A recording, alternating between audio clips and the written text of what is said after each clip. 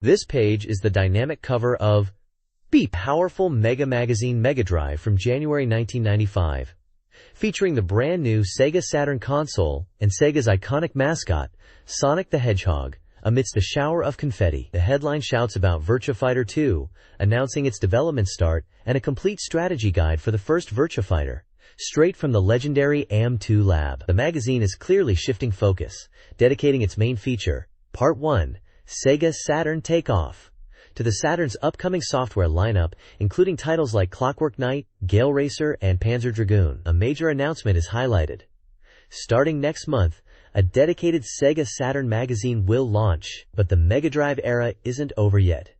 As Part 2 emphatically declares, this winter the Super 32X is definitely the buy. It promotes titles like Metalhead, Afterburner Complete, and Star Wars Arcade for the add-on. Other highlighted games across the Sega platforms include special reports on Wolverine and Light Crusader, and mentions of classics like Puyo Puyo 2, Beyond Oasis, Surging Aura, and Alien Soldier. The Mega CD section features games like Dai Hao Shinden and Fatal Fury Special, a special bound-in appendix for Lunar. Eternal Blue is also advertised, promising extra content for fans of the RPG masterpiece. This cover perfectly captures the excitement and transition period in Sega's history, showcasing the push for the Saturn while still supporting the Mega Drive and its 32X add-on. This page continues the big push for the Sega Super 32X, hailed as the upgrade booster for your Mega Drive. It proudly promotes the add-on that transforms your existing 16-bit machine into a 32-bit powerhouse for 16,800 yen. The secret? It packs 2 chips, enabling high-speed processing, polygon rendering, over 32,000 colors, and richer sound. The message is clear. Get ready for high-grade software that's affordable and abundant. Showcased here are some prime examples of the initial 32X lineup. We see the arcade-perfect port of the classic shooter, Space Harrier, available now for 4,980 yen. Virtua Racing Deluxe, releasing December 16th for 8,800 yen, promises significantly upgraded courses, cars, and CG that surpasses the arcade original. Afterburner Complete, coming January 95 at 4,980 yen, boasts an evolved combat system that goes beyond Afterburner 2. And bringing cinematic dogfights home is Star Wars Arcade, offering the full arcade thrill of piloting an X-Wing through the iconic trilogy universe for 8,800 yen. The page emphasizes that this is the next level of gaming arriving right on your Mega Drive. This page continues showcasing the power of the Super 32X, highlighting how attaching it to your Mega Drive expands the Mega World from 16 to 32 bits. Several exciting new games are featured for the add-on. Experience Cyber Brawl, a visually enhanced fighting game pushing polygon and depth effects. Delve into tactical robot action with Metalhead, featuring advanced CIG and texture mapping. Hit the Links and Golf Magazine presents 36 Great Holes, a realistic 3D golf simulation starring Fred Couples. And perhaps most notably, witness the highly acclaimed masterpiece Doom brought to life in fast, super real 3D space. Available now. The page also teases a lineup of upcoming 32X software, including the unique music action of Tempo, high-speed polygon shooting in Stellar Assault, Shadow Squadron, and several ambitious titles that require both the Super 32X and Mega CD add-ons, like Surgical Strike CD, Fahrenheit CD, and Shadow of Atlantis. The bottom section rounds out the picture by presenting the Super 32X alongside the Mega Drive 2 and Mega CD 2, solidifying the idea of a unified, expanding Sega ecosystem ready for the next generation.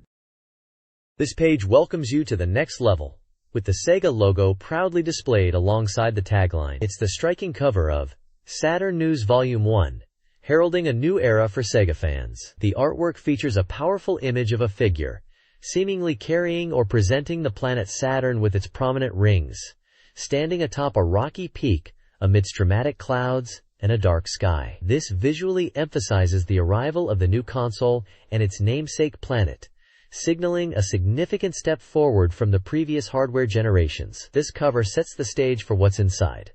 News and information about Sega's eagerly anticipated next system, the Sega Saturn.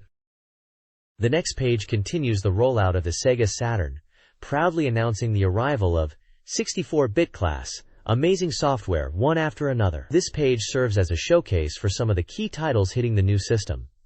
You're greeted with previews for highly anticipated games. There's Virtua Fighter, presented as a perfect arcade port, with added features like the Donnie mode, showcasing realistic 3D fighting. You also see Clockwork Knight, a charming polygon platformer featuring Pepperucho's Adventure. Mansion of Hidden Souls gets a mention as an upgraded adventure from the Mega CD era, with an emotional input system. The unique live-action and CG mystery game Wanchai Connection is featured, highlighting its realistic Hong Kong setting. Race fans can look forward to Gale Racer, a completely revamped version of the popular Rad Mobile, with polygon graphics and two-player racing. Other games mentioned include the action title Tama, the mahjong game Mahjong Goku Tenjiku, and the acclaimed Adventure Mist, ported from the Mac. The page also prominently displays the Sega Saturn console itself with its controller, confirming the price of 44,800 yen. The bottom section provides information on upcoming Sega Saturn events, including tournaments, signaling Sega's plans to actively promote the system. This page features the popular Mega Drive puzzle game, Puyo Puyo 2. The main highlight is the massive increase in the number of enemy characters you can face, now expanded to a remarkable 32. Familiar faces like Nasugrave and Suketo Udara are joined by a host of new powerful opponents. The game boasts significantly enhanced sound and voice acting, with characters talking non-stop. The Versus mode is packed with new features, including handicap settings and the introduction of Big Nuisance Puyo, all designed to create more intense battles. The page declares that the Puyo Puyo boom is once again sweeping across Japan. The game is described as a well-received, Mega Drive exclusive puzzle title, currently on sale for 6,800 yen. Characters like Arle Naja and Satan are shown in the artwork, alongside the Sega logo and Sonic the Hedgehog.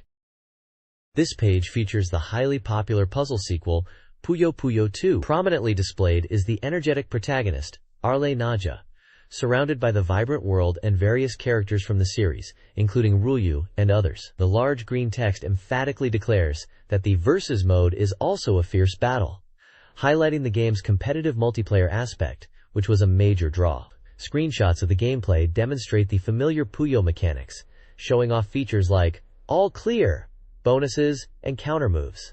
The excitement of the game, including the ability for players to jump into a game already in progress, is emphasized. The page also showcases the game's availability across Sega platforms. It notes the Mega Drive as the core 16-bit machine, mentions its compatibility with the Super 32X upgrade, available then, and announces that the Game Gear version is also Puyo 2, scheduled for release on December 16th at 3,800 yen. This page effectively promotes the widespread availability and exciting multiplayer of this beloved puzzle title. This page is all about the epic conclusion to the Sega CD's RPG legacy, Lunar, Eternal Blue, proudly proclaimed as the console's last masterpiece, RPG. It announces the game's highly anticipated release date of December 22nd. A major highlight for fans is the First Press Limited Edition bonus, which includes a premium single CD featuring vocal tracks not found in the game, including the full version of the theme song Eternal Blue, sung by Lucia's voice actor, Chisa Yokoyama, and a track by Lemona's voice actor, Megumi Hayashibara. The bonus CD also promises a fun, DJ-style conversation between the voice actors, for Lucia and Lemona. The artwork dominates the page, showcasing the main protagonists, Hiro and Lucia, alongside key party members like Lemona and Jean, and the antagonist Galeon, set against a backdrop of the game's fantastical world and a prominent blue planet. A small screenshot gives a glimpse into the game's classic isometric dungeon exploration. This page clearly generates excitement for the game and its special collector's bonus. The character designs are credited to Toshiyuki Kubuka, with development by Game Arts and Studio Alex.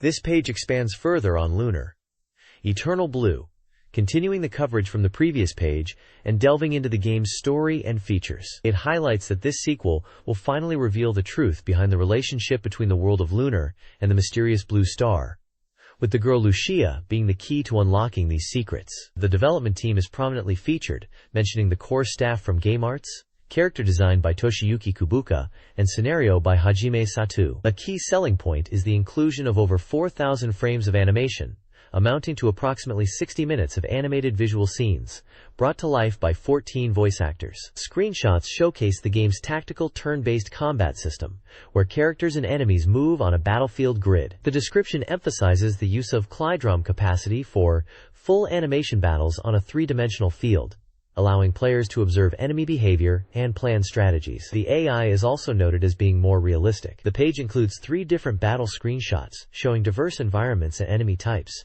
including a dragon and a clown-like monster. The game is priced at 9,800 yen, excluding tax, and is developed by GameArts. This page features previews of 2 highly anticipated SNK fighting games making their way to the Sega CD. First up is Samurai Showdown, the weapon-based fighter. The artwork highlights the protagonist, Hao Maru. The text declares that the history of versus fighting games will be rewritten here. Players choose from a selection of swordsmen to challenge opponents and ultimately face Amakusa. The Sega CD version includes story mode and versus mode, with visual scenes for each character in story mode. Gameplay screenshots show intense sword duels between classic characters like Haomaru vs. Ukyo and Earthquake vs. Jinan. This port was targeting a March 1995 release, with pricing yet to be announced. Below it is Fatal Fury Special, bringing the legendary King of Fighters tournament back for a 3rd time. The vibrant character art showcases a large roster including Terry Bogard and Jenny Bogard, Joe Higashi, Mai Shiranui, and notable figures like Geese Howard and Wolfgang Krauser, confirming their inclusion as playable characters. The game features a large roster of 15 fighters vying for the World Champion title.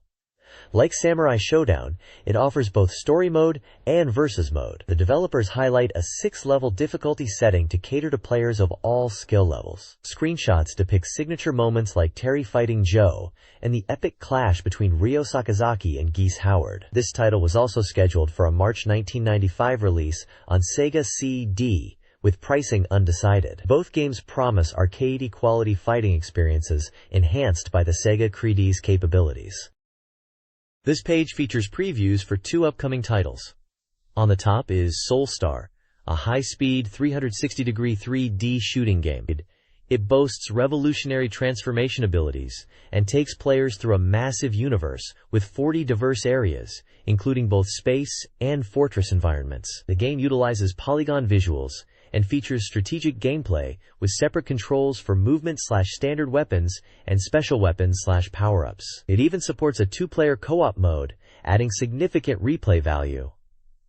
Screenshots show intense 3D dogfights in space. Soulstar was scheduled for release on December 22nd, priced at 8,000 yen.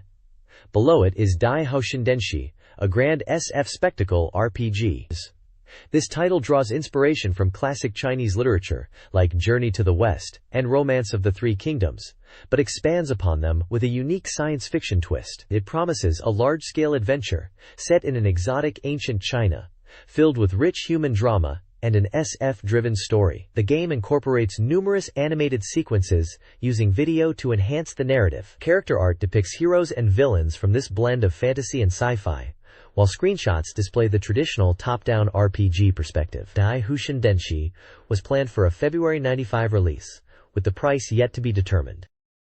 This page introduces the Victor V Saturn, a fully compatible machine for the next-generation 32-bit Sega Saturn system, under the banner of Saturn Project V Declaration. It hypes the system's capabilities, boasting amazing high-definition visuals and real sound, powered by twin 32-bit RISC CPUs, supporting high-speed 3D polygons, 16.7 million colors, and realistic audio via a 32-channel PCM sound chip, promising an immersive experience. Beyond just games, the V Saturn is presented as a multimedia hub, capable of expanding into various multi-amusements, including music and education software, with support for video CD playback, available via an optional unit. Excitingly, popular arcade hits are confirmed to be arriving on the system.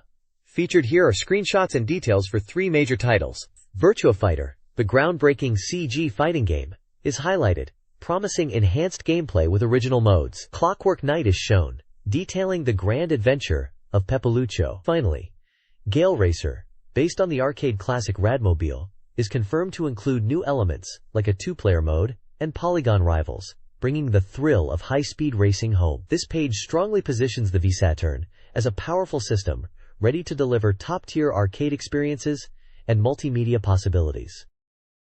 This page is a large advertisement announcing the debut of the Victor V Saturn console, featuring actress Miho Kano promoting Victor's take on the Sega Saturn system. This page welcomes readers to the next level, focusing heavily on game music and related media releases across various platforms, primarily CD albums. Prominently featured are multiple releases for Virtua Fighter on Sega Saturn, including the Maximum Mania remix soundtrack and the Neo Rising Image album, both available now or soon. There's also a strategy guide VHS for the Sega Saturn version of Virtua Fighter, releasing in late December. Other CD releases highlighted include the soundtrack for Langrisser 2, available now, and the soundtracks for Dynamite Headdy and Startling Odyssey 2, also available now. Looking ahead, the soundtracks for Magical Girl Hunter Lime, covering PlayStation and PC versions, and Getsu Endina, for PC Engine CD, are set for release in January. The page also mentions a new radio program dedicated to game music and promotions, offering special pre-order bonuses like posters and stickers at select CD shops for some of these upcoming releases, like the Virtua Fighter and Virtua Fighter 2 soundtracks and guides. It's clear there's a significant push for fans to enjoy the music and supplementary content from their favorite games. This page is an advertisement for Yoyogi Animation Gakuen, an animation and art school offering various courses, including anime, manga, games, and voice acting, promoting enrollment for April and free trial events. This page features the third issue of Game Blast magazine, a personal computer game magazine. The main features include a large gathering of Game Blast users discussing their perspectives, likely in a New Year special, and a technical guide on using accelerator boards to play 256 color games on the PC-98 series. The reviews cover a variety of platforms popular in Japan, including PC-98 titles like Nobunaga's Ambition, Howden, Legend of Galactic Heroes IV, and Brandish 3. DOS/Versus games such as Doom 2 and Aces of the Deep are reviewed, alongside FM Towns games like Megamorph. In total, 31 titles are reviewed. The New Wave section highlights upcoming or recent releases like Area 88, known as UN Squadron internationally, and The Grail Hunter. There's also a section on the RPG Revival Declaration, featuring Lands of Lore. For beginners, there's a lecture on the standard game at Train IV. A notable special appendix is included: a demo version of HR2 on two 3.5-inch discs, compatible with the PC-98 series, 386SX or higher, and Epson PCs. The artwork at the bottom, created by ArtDink, depicts robots constructing a geometric structure in the sky. This page is the striking cover of Sega Saturn magazine, featuring a bold graphic of Akira Yuki from Virtua Fighter against a rocky backdrop. The magazine prominently announces a major feature on Virtua Fighter, covering everything about the game. Alongside this is a deep dive, a thorough breakdown of the Sega Saturn hardware itself, which was a hot topic at the time. There's exciting news about upcoming titles, with special reports on games finally announced from major players like Capcom and Konami, adding to Sega's own Saturn lineup. The cover also teases reviews for several games, including the atmospheric puzzle game Myst, Wanchai Connection, the platformer Clockwork Knight, the unique horror adventure, The Mansion of Hidden Souls, Mahjong Goku Tenjiku, Tama, Golem, and Gotha. For upcoming releases, they highlight the arcade racer Daytona USA and the epic shooter Panzer Dragoon. As a bonus, the issue includes a special appendix featuring a Virtua Fighter poster and a quick reference guide for special moves. This is the December issue supplement, priced at 540 yen and is currently on sale. This page features promotional material for the popular Super Real Mahjong series, specifically highlighting two official art books. The main focus is the first official fan book for Super Real Mahjong P and Peep 2. Featuring key characters like Miki and Kasumi shown in cute chibi style, alongside the main heroines Shuko, Kasumi, and Mirai depicted in standard art. The book is set to contain valuable resources, including original art and setting materials for the classic Mahjong games. It's scheduled for release in late November at a price of 2,000 yen and is expected to be in high demand, so pre-ordering is advised. As a bonus, it includes 3 special items: an original pinup, flipbook animation photos, and a dress-up paper doll. Also advertised is the Super Real Mahjong PIIV Original Art and Setting Materials Collection, covering the series up to the 4th entry. This book is already on sale for 2,000 yen, is a 4 size, and is packed with illustrations, including contributions from various guest artists. A smaller image shows its cover featuring characters like Shao, Mana, and Kaori. This page serves as a must-see for fans looking to delve deeper into the art and world of the beloved Super Real Mahjong series. This page is an advertisement for the Namco Graffiti 1 Complete Preservation Edition, a special compiled issue of the Namco fan magazine AIM. This book celebrates 10 years of the magazine and Namco history, featuring content supervised by Namco itself. It includes an appendix CD with classic Namco game sounds and 24 pages of previously unpublished artwork by Hiroshi Fuji, titled Afternoon Country. The issue revives popular corners from the original Seeing magazine. Classic Namco games featured include Pac-Man, Rally-X, New Rally-X, Dig Dug, Xevious, and Mappy, some shown via screenshots. This comprehensive volume is a must-have for fans, priced at 2,300 yen, and is available now. This page is the contents for the January 1995 issue of BeepMD magazine. The top features the magazine title, date, and a picture of the Mega Drive with the Mega CD attachment, plus a screenshot from Lunar, Eternal Blue, highlighting a special appendix. The contents list covers upcoming and recent software across Sega's platforms. Page 35 features a new software scramble, highlighting titles like Nigel Mansell's IndyCar, The Lion King, Ground Zero Texas, and Tomcat Alley. A special report on page 38 covers Light Crusader and Wolverine. The B Mega Hot menu on page 42 discusses popular games including Puyo Puyo 2, Surging Aura, Alien Soldier, and Beyond Oasis. Page 85 brings exciting news from Sega's AM2 Lab, announcing development has started on Virtua Fighter 2 for the Sega Saturn. A major two-part feature begins on page 96, focusing on the Sega Saturn's launch and anticipated titles like Clockwork Knight, Race Drivin', Virtual Hydlide, and Panzer Dragoon. Part 2 on page 116 focuses on the Super 32X, arguing it's a must-buy for the winter, and showcasing anticipated games such as Metalhead, Doom, Space Harrier, Afterburner Complete, and Star Wars Arcade. The Mega CD press section on page 124 previews new games like Fatal Fury Special. The rest of the page lists various articles on different topics, including databanks, reader features, news, other consoles like Game Gear and Neo Geo, and more. This page provides an analysis of game sales trends for the Mega Drive, Mega CD, and Game Gear platforms, drawing from shop data. The article notes that despite the launch of next-generation consoles from various companies, Sega's platforms are performing well, and there are still many excellent games available. The main feature is the top 15 game software sales ranking. Leading the pack is the brand new Sonic and Knuckles, praised for its unique combination system. Starblade takes second place, followed by Yu Yu Hakusho.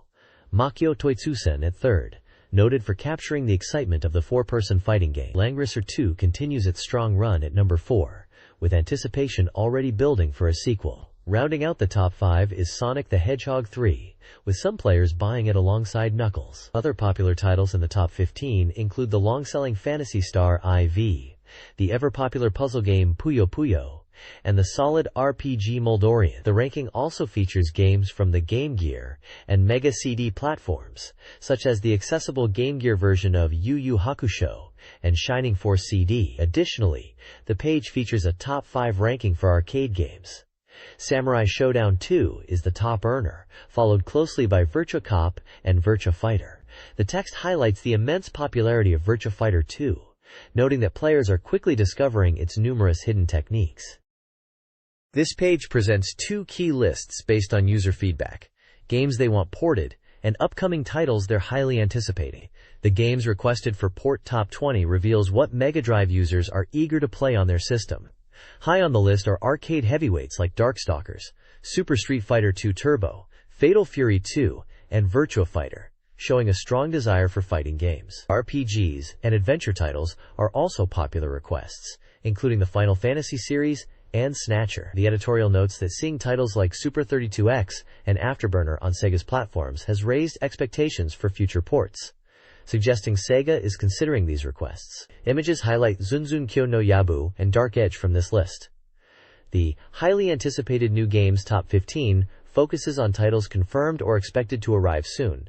Topping this list is Lunar, Eternal Blue for the Mega CD, a highly awaited RPG. Other notable upcoming games include the action RPG Beyond Oasis, the fighting game Samurai Showdown, and the 32X Racer VR Virtua Racing Deluxe. The text mentions Lunar 2 is finally arriving soon, and notes a strong lineup of upcoming software, with many must-buy titles on the horizon. Images showcase Afterburner Complete and the action-packed Alien Soldier.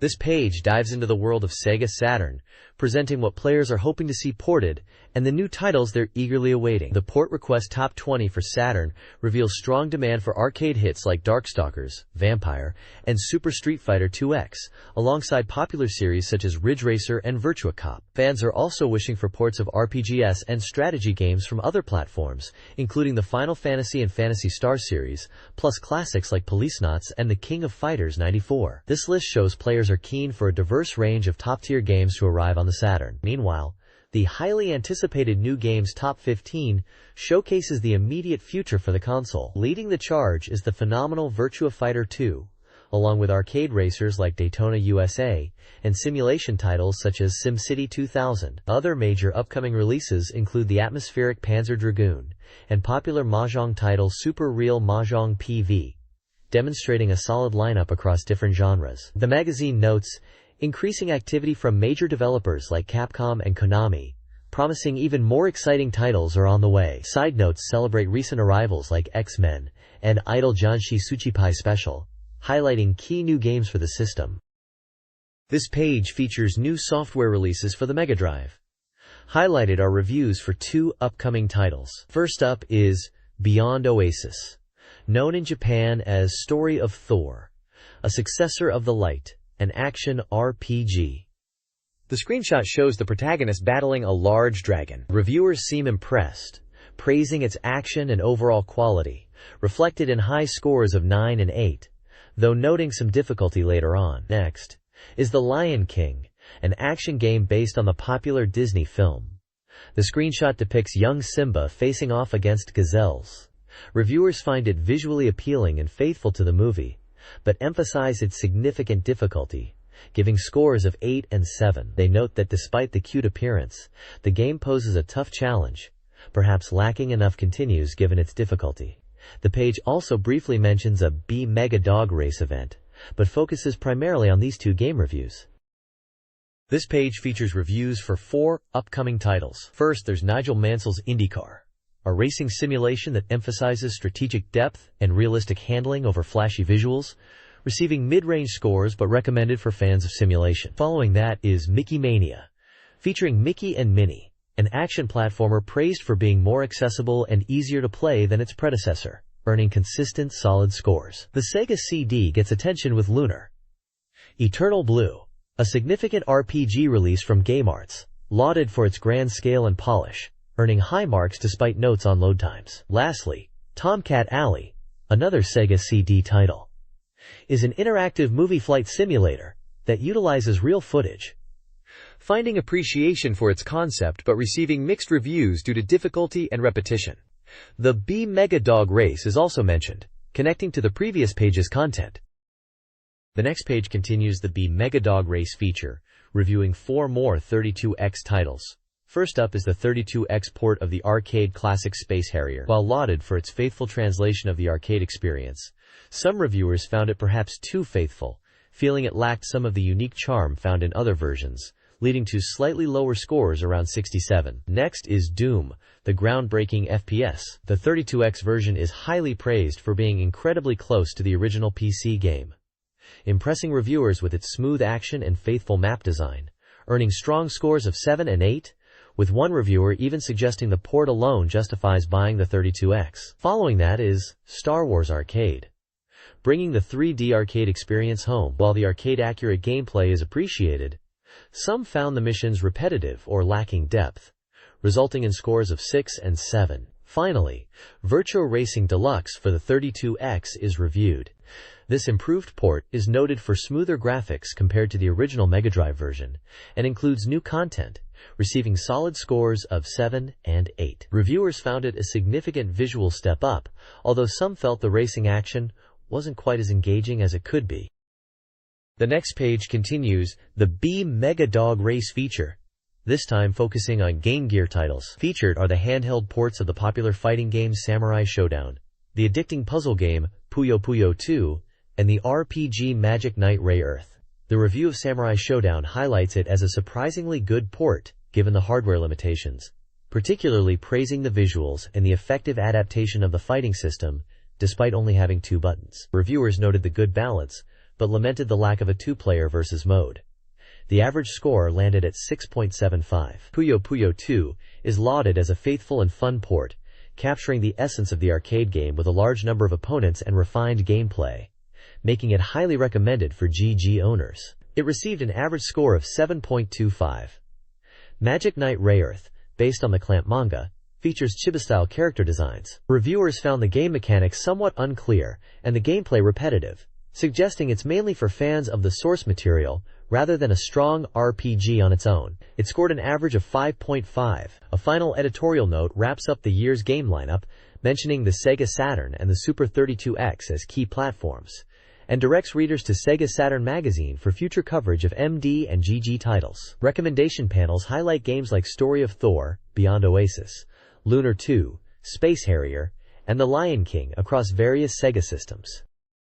This page presents the final BeepMD Reader race for the Mega Drive and Mega CD systems, announcing that future polls and coverage will transition to Sega Saturn magazine. It explains the reader poll system where players rate games, contributing to an average score displayed in an odds-like table, allowing readers to see how games are performing based on popular vote. The main focus is the poll results table, culminating in the top-ranked game, Sonic and Knuckles, which achieved an impressive average score of 9.52. Reader comments praise the game's innovative cartridge design, combining elements of Sonic 2 and 3, highlighting the fun of playing as Knuckles and exploring altered levels. It's hailed as the peak of 2D jump action games. Other games featured with reviews include Jurassic Park, CD, at rank 63, and Greatest Heavyweights at rank 91. The Jurassic Park review mentions the real-time gameplay can be challenging initially, but appreciates the in-game Japanese messages. Greatest Heavyweights is noted for improved fighter scaling compared to its predecessor, but some frustration with AI counterattacks. The panel discusses the major upset at the top, revealing that Sonic and Knuckles overtook Phantasy Star IV, the end of the millennium, preventing Phantasy Star from achieving a 7th consecutive first-place finish. Despite this, Phantasy Star IV held the top spot a record 9 times overall in this race's history. The fierce competition is set to continue in the pages of Sega Saturn magazine. This Mega Reader race page spotlights lower-ranked games, including Captain Tsubasa, Soccer, mixed reception, Battlecore, mech shooter, criticized, Star Wars, Rebel Assault, CD shooter, enjoyable for new players, Sparkster, action sequel, less refined, Time Dominator, Sonic-like, monotonous, and Dragon Slayer, RPG, appreciated scenario but slow. A large table shows reader scores for games ranked 68 and below. A Voices section features reader comments, and a final update details a prediction contest upset for Yu Yu Hakusho, Makyo Toitsu-sen, where only 8 correctly guessed its final rank. This page features Phantasy Star IV, the end of the millennium, ranking 4th in the reader polls.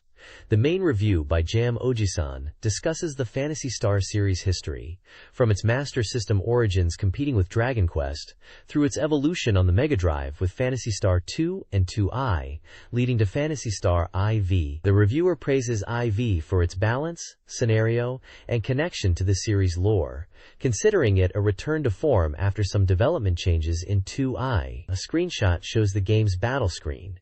Data analysis includes voting statistics and highlights Sonic the Hedgehog's consistent, high performance. Reader comments on Phantasy Star IV are mixed, appreciating its quality as an RPG, but also debating its focus on existing fans and artistic direction. The page ends by contemplating Phantasy Star's role as an innovative series and the potential for future sequels. This page features the Mega Reader's race rankings for Mega Drive and Mega CD games, presenting results from approximately rank 238 downwards. A featured review focuses on Ghouls and Ghosts, known in Japan as Dai Makaimura. The journalist, Hondaberu, reflects on the game's challenging arcade port quality on the Mega Drive, highlighting its faithfulness and personal connection to achieving high scores, praising the game's overall impact and longevity on the system. A screenshot shows the game's iconic knight battling a large demon. The page also spotlights Final Fight CD, presenting it as a loyal arcade conversion. The article discusses its successful porting, noting graphical nuances compared to the SNES version, and praising its close resemblance to the original arcade experience, despite minor technical hiccups. A character selection screen is pictured. Separately, the magazine recommends buying Aero Blasters, known as Kuga in Japan, if found, explaining its history as a somewhat rare title with arcade origins. A screenshot shows its vertical scrolling shooter action. Another section, titled Rest Horse Cart, profiles F-117 Stealth, noting it's based on the real aircraft, but failed to capture reader interest despite its technical basis. A screenshot displays the cockpit view. The main body of the page is dominated by the extensive list of ranked games from the reader poll. This page continues the Mega Reader's race rankings for Mega Drive and Mega CD games on the left, showing games ranked from the low 300s downwards. The primary focus shifts to the Game Gear Reader's race, presenting a ranking list on the right side, starting from the top positions. The page features 3 highlighted games from the Game Gear rankings. First is Gyanbura Jikochushinya, a mahjong game ranked 10th. A screenshot shows the mahjong table and character portraits. Reader comments praise it as a surprisingly robust mahjong title for the system, despite limitations compared to home console versions. Next is Mortal Kombat 2, ranked 12th. A screenshot depicts a fight scene. The review notes the large character sprites and the satisfaction of performing finishers, though mentions jerky movement and less impressive music compared to its predecessor. Finally, the GG Shinobi, ranked 28th, is highlighted. A screenshot shows the ninja protagonist on a truck. The text praises its classic feel and multi-directional scrolling, finding the gameplay surprisingly fun, particularly the early stages. The page also shows a continuation of the Game Gear rankings down the right side panel. This page continues the ranking tables from the Mega Reader's race. On the left, you'll find the tail end of the Game Gear rankings, listing titles from 76th down to 91 stone, including games like Phantasy Star Gaiden, Streets of Rage, and Dragon Crystal. The central highlight features the Game Gear puzzle game Ryukyu, which landed at 47th place with a reader average of 7.0952. It's described as a unique puzzle game perfect for passing the time. While fun, reader comments note that the background music isn't the best fit. Further down, there's an important announcement. The Game Gear Reader's race is concluding in this issue, and will be continued in the Sega Saturn magazine. The overall Mega Reader's race will also transition to the Sega Saturn magazine. The page also features 2 prediction games. One asks readers to guess the final ranking of Puyo Puyo 2, a popular puzzle title appearing in the ranks. The other challenges readers to predict the average score for the upcoming Samurai Showdown Neo Geo port when it first appears in the rankings. Finally, a section titled Tonight's Carrot previews the upcoming Sega Saturn title Shinsetsu Yumemiya Kata. True Story, Yumemiya Kata. Winner announcements for previous contests are also present at the bottom of the page. The extensive MD per Candela/GG ranking list continues on the right side panel. Sega is partnering with X Japan for a Sega Saturn adventure game, potentially tied to an X Japan event. The band, including Yoshiki, Toshi, Hyde, Patata, Taiji, and Heath, is also focusing on overseas activities and a Tokyo Dome show. Sega is expanding its amusement park presence with a new Ichikawa Garubo Park, featuring VR1 and Sonic/Tails attractions. They're also entering the telecommunication karaoke market with Prologue 21, compatible with the Sega Saturn. Finally, a Langrisser 2 MOOC with drama CD and fanbook is in the works, with a January release planned. This page covers the domestic launch of the Atari Jaguar, America's first 64-bit game console, in Japan on December 8 for 29,800 yen. It boasts 5 CPUs and promises high-speed visuals. Key launch titles mentioned or shown include Alien vs. Predator, Wolfenstein 3D, Raiden, and Tempest 2000. A limited bundle includes Alien vs. Predator, with the console for 34,800 yen. Elsewhere, the first Puyo Puyo Masters Tournament is announced for January 15th in Tokyo to crown Japan's top player. Sega also revealed their impressive new arcade racer, Sega Rally Championship, running on the powerful Model 2 hardware, featuring realistic visuals thanks to collaboration with Toyota and Fiat. The page also notes the opening of HyperRoute, a large multimedia game store in Fukuoka, and introduces the TV Boy, a device offering 127 built-in classic games playable wirelessly. Finally, a section on new music and video releases highlights titles like a video compilation of Ridge Racer gameplay and the music collection for Zero Yon Champ RR. There's also a campaign offering signed phone cards and an announcement for a fantasy RPG illustration exhibition featuring prominent artists.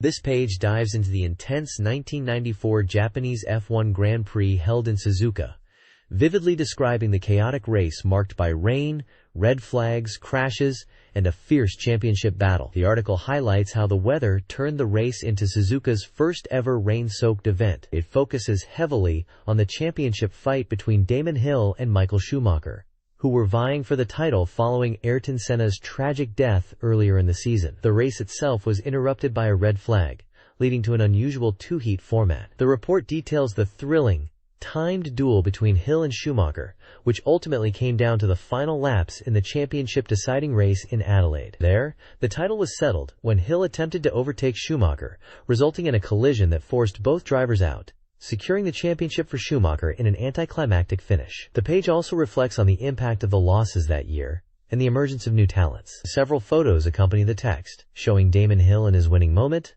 Michael Schumacher and Gerhard Berger in discussion, and the Grid Girls. There are also images of Japanese drivers, Hideki Noda, who regrettably retired, and Ukyo Katayama, who crashed out despite expectations for a podium finish. The page includes a summary table, showing the final point standings for the top drivers in the 1994 season. This page is dedicated to Nigel Mansell's IndyCar, a racing game that lets you take the wheel in the exciting world of IndyCar racing. The game features a total of 15 different courses and offers two distinct modes: Arcade and Simulation. Arcade mode simplifies things with automatic pit stops and fewer laps, perfect for quick fun. But for the true racing enthusiasts, the Simulation mode is where it's at. This mode demands strategic thinking, requiring you to manage manual pit stops and, crucially, dial in your car's setup. The page delves into the tactics needed for success, particularly on oval tracks like Milwaukee, which are deceptively simple yet incredibly challenging. It provides tips on how to drive the oval efficiently, master overtaking maneuvers, opponents won't make it easy, and handle crucial pit stops. Understanding race flags is also highlighted as essential knowledge to avoid penalties or disqualification. Fine-tuning your car's tire compound and wing angles is key to finding speed and grip, especially in simulation mode. Beyond the detailed look at IndyCar, the page also features a new release scramble section, listing other recent Sega titles hitting the market, including well-known games like The Lion King and Ground Zero Texas, alongside other interesting releases. It seems like Sega fans had a lot of great options dropping around this time. This page is part of the new release Scramble feature, showcasing upcoming Mega Drive titles. The top section highlights World of Illusion starring Mickey Mouse and Donald Duck, though referred to as Mickey and Minnie Magical Adventure 2, suggesting it's seen as a sequel to a previous platformer, now featuring both Mickey and Minnie Mouse on the Mega Drive. A major point is the inclusion of two-player cooperative play. The game also features a unique costume change system, where changing outfits grants characters different abilities, adding strategic depth. Screenshots show colorful platforming stages and the character select screen, confirming Mickey and Minnie as playable characters, and teasing various costumes like a sweeper, ranger, and cowboy/cowgirl. Below this, the page features The Lion King, the action platformer based on the hugely popular Disney film released earlier that summer. The article praises its smooth and realistic animation, comparing it favorably to the Mega Drive version of Aladdin. Players control Simba, progressing from a cub to an adult lion, fighting enemies like hyenas, and ultimately facing Scar to reclaim the Pride Lands. The screenshots show various levels, including the iconic Pride Rock and jungle environments, highlighting the game's visual fidelity and diverse gameplay, even hinting at puzzle elements involving monkeys. Both games clearly aim to capture the magic of their Disney source material on the Mega Drive platform. This page dives into more upcoming releases, kicking off with Ground Zero Texas, a game built on the foundation of the virtual cinema style seen in Night Trap. Set in a desolate Texas town, the core gameplay revolves around switching between 4 camera feeds to monitor and neutralize threats like criminals and aliens. Like Night Trap, letting too many targets slip by means game over. This one's only 30% complete here, but the concept of managing multiple cameras under pressure is certainly intriguing. Next up is Tomcat Alley, a shooting game putting you in the cockpit of an F-14 Tomcat. It's all about intense dogfights against MiGs and other adversaries. Gameplay focuses on critical actions like switching weapons, targeting and shooting down enemy aircraft with a cursor, and supporting allies. It's presented as a game with deep, almost maniacal strategic elements. This one is listed as 100% complete and looks ready for release. Below the game previews, there's a section with general new release buzz, including mentions of upcoming Sega Saturn and Super 32X titles. It also highlights the new Hori Fighting Stick SS for the Sega Saturn. The page wraps up with various screenshots showcasing games that appear to be NFL football and a Crayon Shin-Chan title on the Game Gear, hinting at other systems still getting love.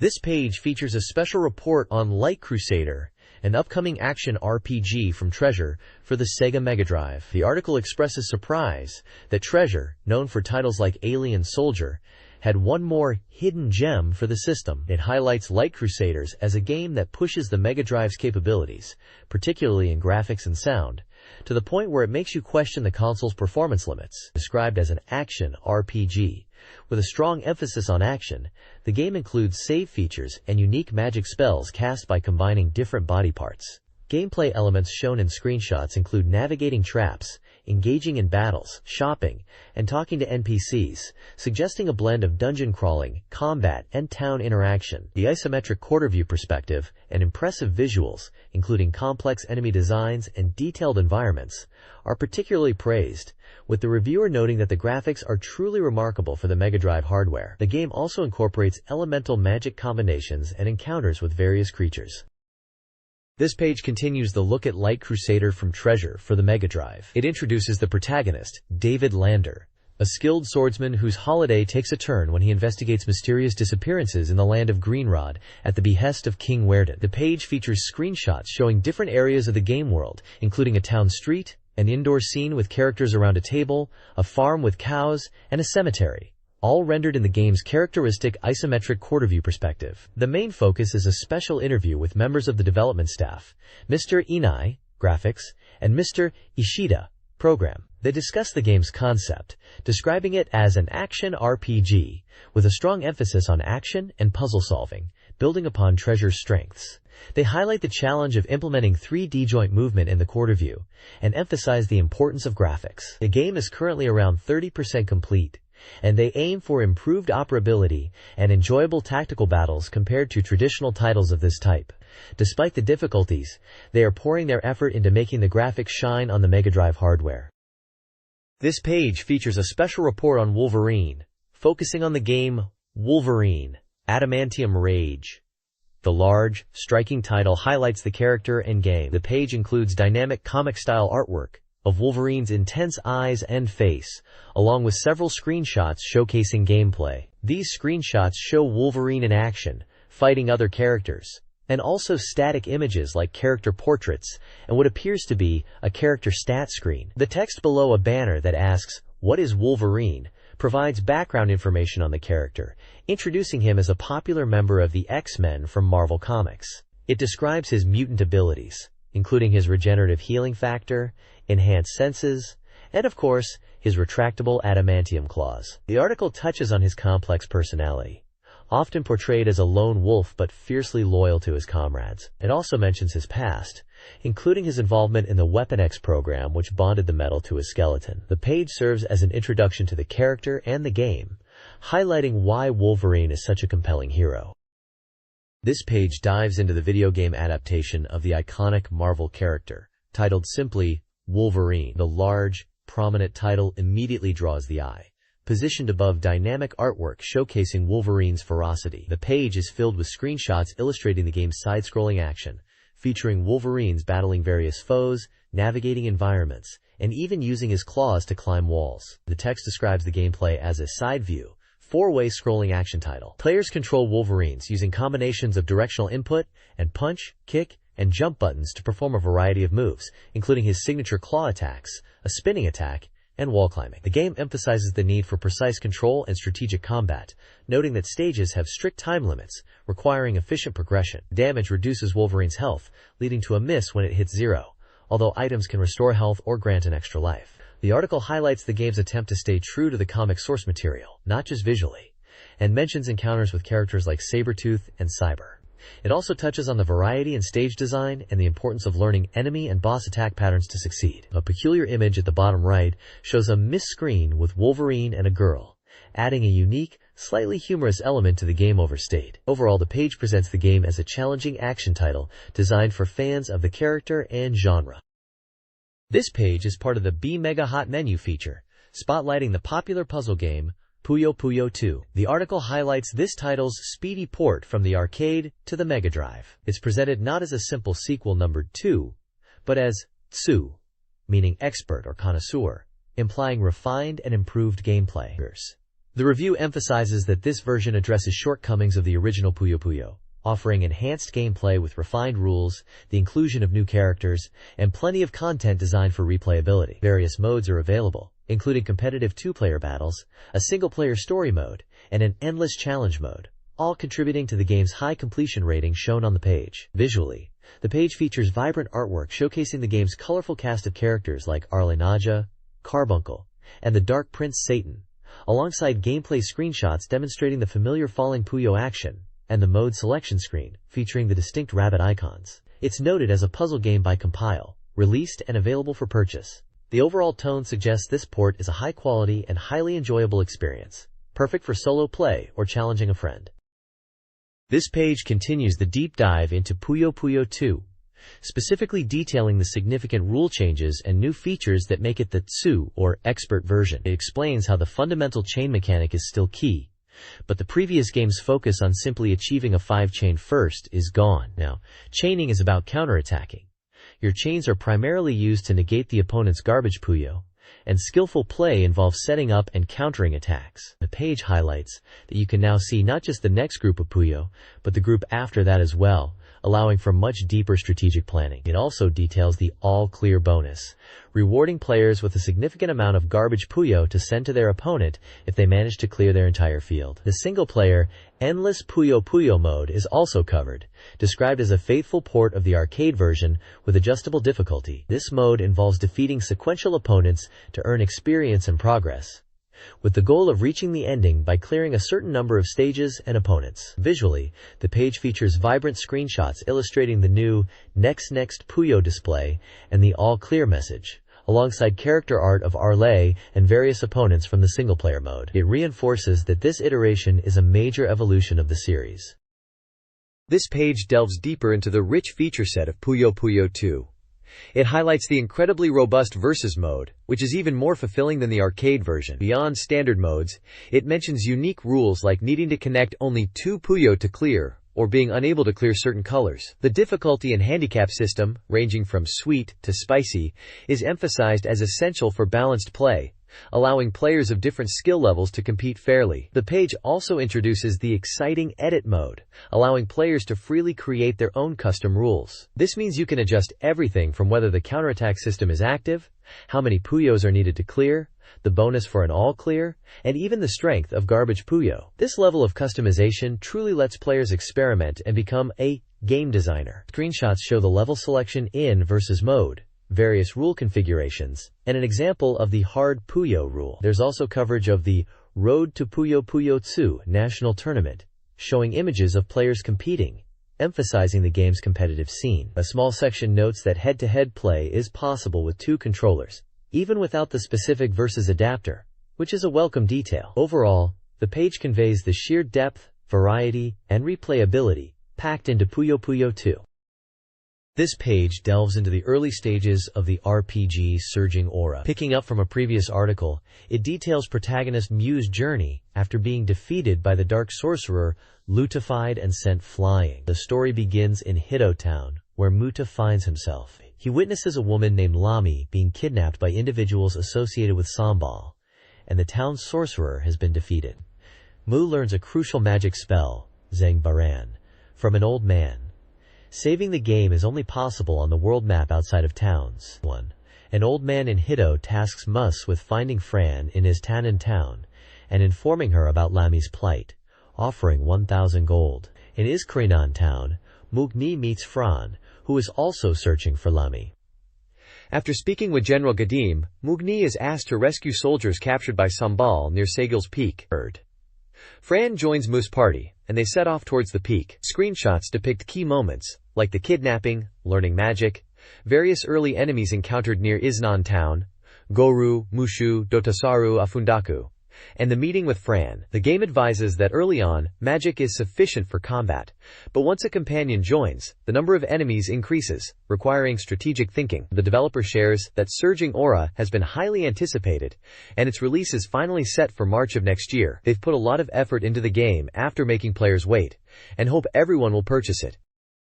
This page is dedicated to a detailed look at the upcoming Alien Soldier. It's highlighted as a significant release, promising visual shock, speed shock, sound shock, positioning it as a challenging game for veteran players. The page features screenshots showcasing intense boss battles and character interactions. There's a section on the controls, detailing special moves like Zero Teleport and Counterforce, which are crucial for survival in this fast-paced action title. Stage 2 is previewed, introducing a rather unfortunate Koala Captain character, who gets into trouble despite being rescued. We also get a glimpse of the boss for this stage, Bugmax, a creature that transforms drastically during the fight. The level design and enemy sprites look incredibly detailed and dynamic. The developers express their satisfaction with the game's quality, noting improvements even to the title screen since previous previews, and emphasize that Alien Soldier is a game they want dedicated players to experience. This page continues the deep dive into the upcoming action title, Alien Soldier. It shifts focus to Stage 3, revealing that the battle against Ypsilon 2 has left Earth behind and escalated all the way to Mars, a visually striking snowy landscape shown in the screenshots. New threats are introduced, including the massive mechanical boss, Destroyer Mk1, which requires precise maneuvering to defeat. The article also highlights a powerful technique called Zero Movement, shown alongside a different formidable enemy. Further expanding on the game's eccentric cast, we meet Jam Pang, a series of spherical, multi-eyed creatures. The text intriguingly links them to Melon Pang from Gunstar Heroes, suggesting a potential connection between the titles. The developers also tease the next issue, promising the highly anticipated appearance of Seven Force Kaid, another boss seemingly inspired by Gunstar Heroes, noting the impressive effort put into its design. The developers provide a brief update, stating the game is nearing completion, and expressing excitement about the later stages and boss encounters. This page dives into Ancients Action RPG, Beyond Oasis, the story of Thor. It highlights the game's blend of action game combat within an RPG framework, noting that while it's an RPG, the battles feel as intense as a fighting game. The scenario revolves around a legendary conflict between possessors of gold and silver armlets, the whereabouts of which are now unknown. The setting is the island kingdom of Poseidonia.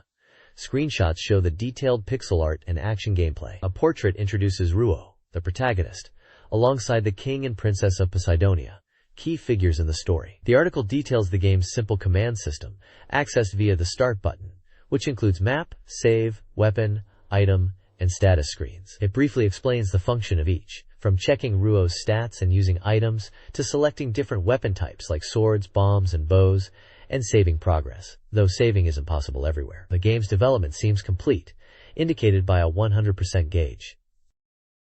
This page focuses on the companions and abilities found in Beyond Oasis. It explains that spirits are trapped in dungeons and can be freed to become allies, each possessing unique powers essential for progression. Summoning these spirits costs SP, and the method involves using the light from Ali's golden armlet to interact with specific elements or objects in the environment. For instance, hitting fire summons Ifrit, while reflecting light summons Shade, Experimenting with this is key to finding allies. The page introduces 4 spirits.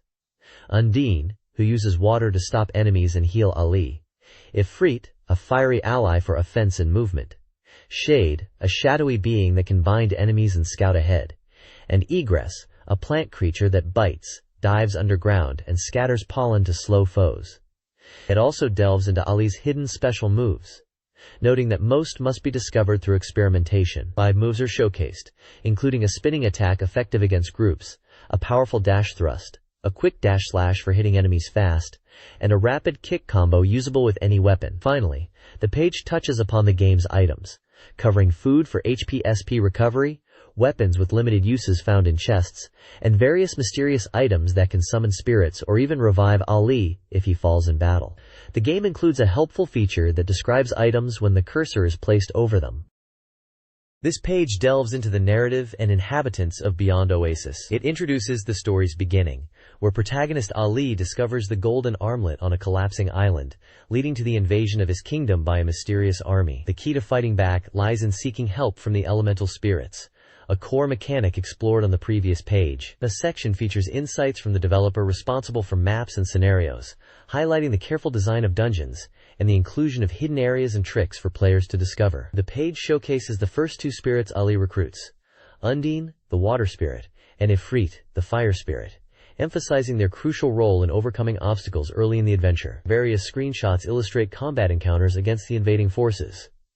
Finally, a monster library section introduces some of the diverse enemies Ali will face. Descriptions cover enemy types like the versatile spearman, the heavily armored heavy knight with its slow but powerful attacks, the ground-hugging flob which is hard to hit low, and the fire-weak were-rat which turns into a meat item upon defeat, making if ombret useful against them. The descriptions offer hints on their characteristics and how best to engage them in combat.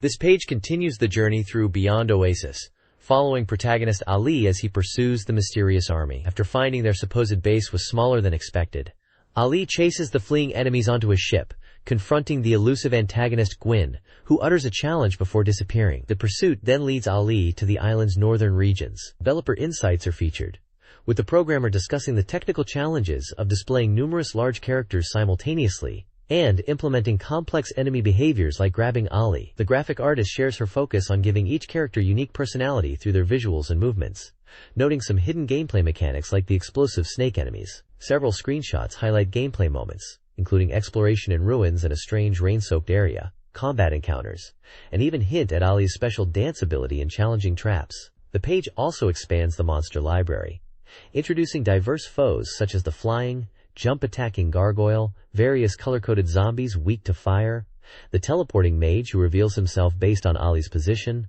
the explosive snake, the jumping, projectile-spitting gremlin, and the 8-directional shooting tower monster which requires close-range kicks. Each description offers a brief look at their tactics and how best to engage them.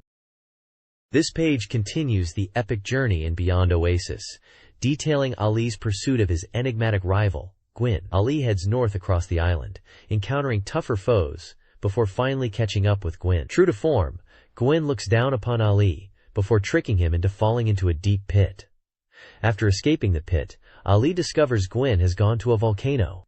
Utilizing the power of the gold armlet, Ali follows, navigating the path to the fiery mountain, and meeting the 3rd spirit, Shade, within the volcano's dungeon. Screenshots depict Ali exploring the rugged northern terrain, the treacherous pitfall, and his first encounter with Shade in the dark volcanic depths. There's also a quick tip on tackling a particularly bothersome flying insect enemy, showing it can be defeated with a simple jump kick. The game's sound producer shares insights into the musical direction, emphasizing the effort to create atmospheric and cinematic scores that fit the game's mood and story, composed fluidly during development. The page concludes with a section dedicated to the game's bosses. It introduces the Golem, a tough rock monster whose ground pounds cause debris to fall, vulnerable to spinning attacks. Next is the massive Great Fossil, encountered in the pit, a formidable creature with hard skin, whose weak point is a small entity emerging from its mouth, capable of launching fireballs. Finally, the Fire Drake,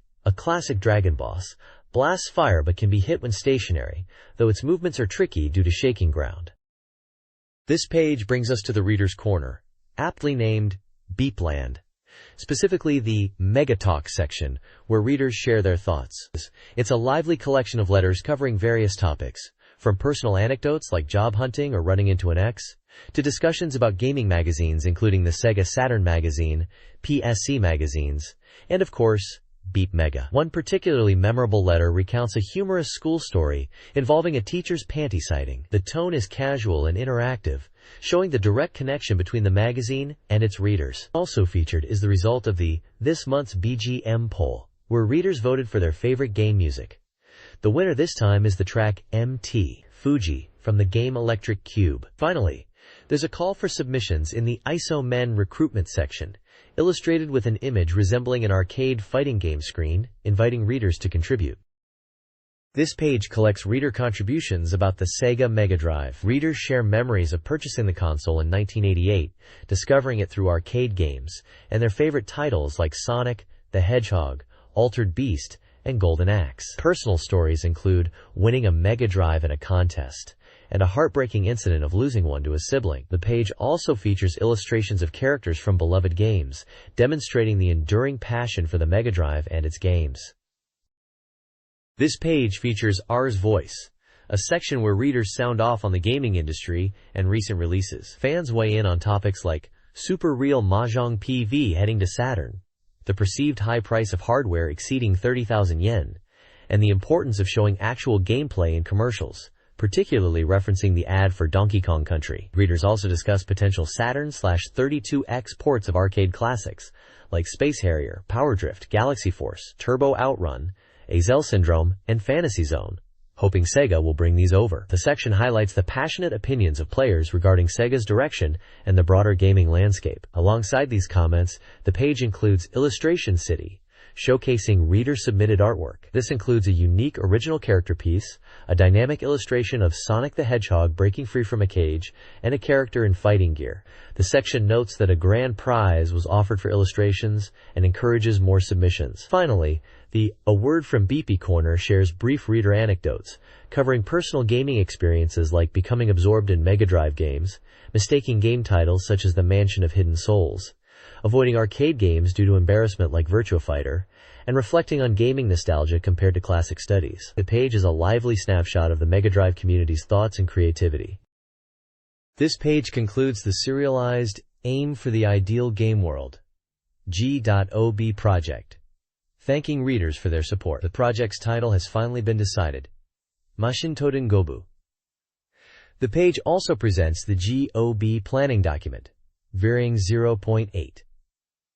The concept describes a work-like non-real-time RPG set in Japan's Heian to Kamakura periods, incorporating psychic powers and secret arts. The story follows a diverse group of beings, including humans and demi-humans, who travel the world facing both physical challenges and the pervasive issue of discrimination. The game system focuses on information gathering for combat and uses visual and psychic elements to impact the player's experience. A reader corner titled Housewife Gamer Discovery features contributions. One housewife shares her trick of playing Game Gear secretly, while her husband, who buys multiple new consoles, is away. Another submission is a song or poem from a 14-year-old expressing dedication to the Mega Drive despite the arrival of powerful new hardware like the Saturn and PlayStation. This page features a Super Junk present corner with a reader's story about a lost condom and a guitar prize request. A fetish-recommended MD software section focuses on Sonic and Knuckles, noting the correct nickname. Megadora Mania features a comic strip about game popularity and fan reactions. Forbidden Techniques by Innocent Boys offers tips like controller oiling and cartridge swaps. Truth of MD Knowledge explores rumors, including Sonic and Knuckles' supposed hidden character and the debunking of MD animation claims. Finally, a new Saturn prospecting ship Voyager corner is announced in the Sega Saturn magazine, accepting submissions. Previous contest winners are also listed.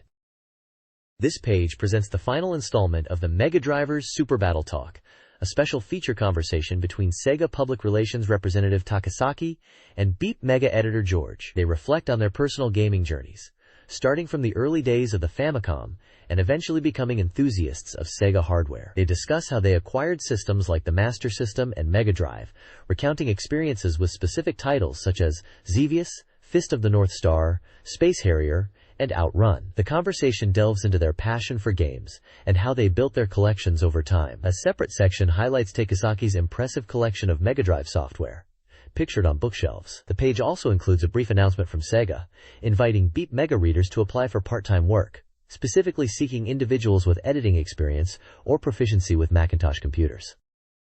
This page concludes the Mega Drivers Super Battle Talk, featuring Beep Mega editor George and Sega PR's Takasaki. They continue reflecting on their gaming past, discussing favorites like Thunder Force IV, Phantasy Star II, and Afterburner. They delve into the nuances of game reviews, emphasizing the importance of providing helpful, accurate information to readers, noting how subjective opinions can sometimes overshadow a game's true qualities, citing an example with Sonic the Hedgehog Spinball. George shares insights into the magazine's reader participation features like Reader Race and Doc Race, highlighting the valuable feedback received. The conversation shifts to the excitement surrounding the launch of the Sega Saturn, with seeing Virtua Fighter being a particularly impactful moment that signaled a changing era. The article wraps up the series, thanking readers for their support and looking forward to future interactions through the upcoming Sega Saturn magazine. A photo shows George and Takasaki surrounded by magazines, illustrating their immersion in gaming culture. A small section at the bottom provides contact information for readers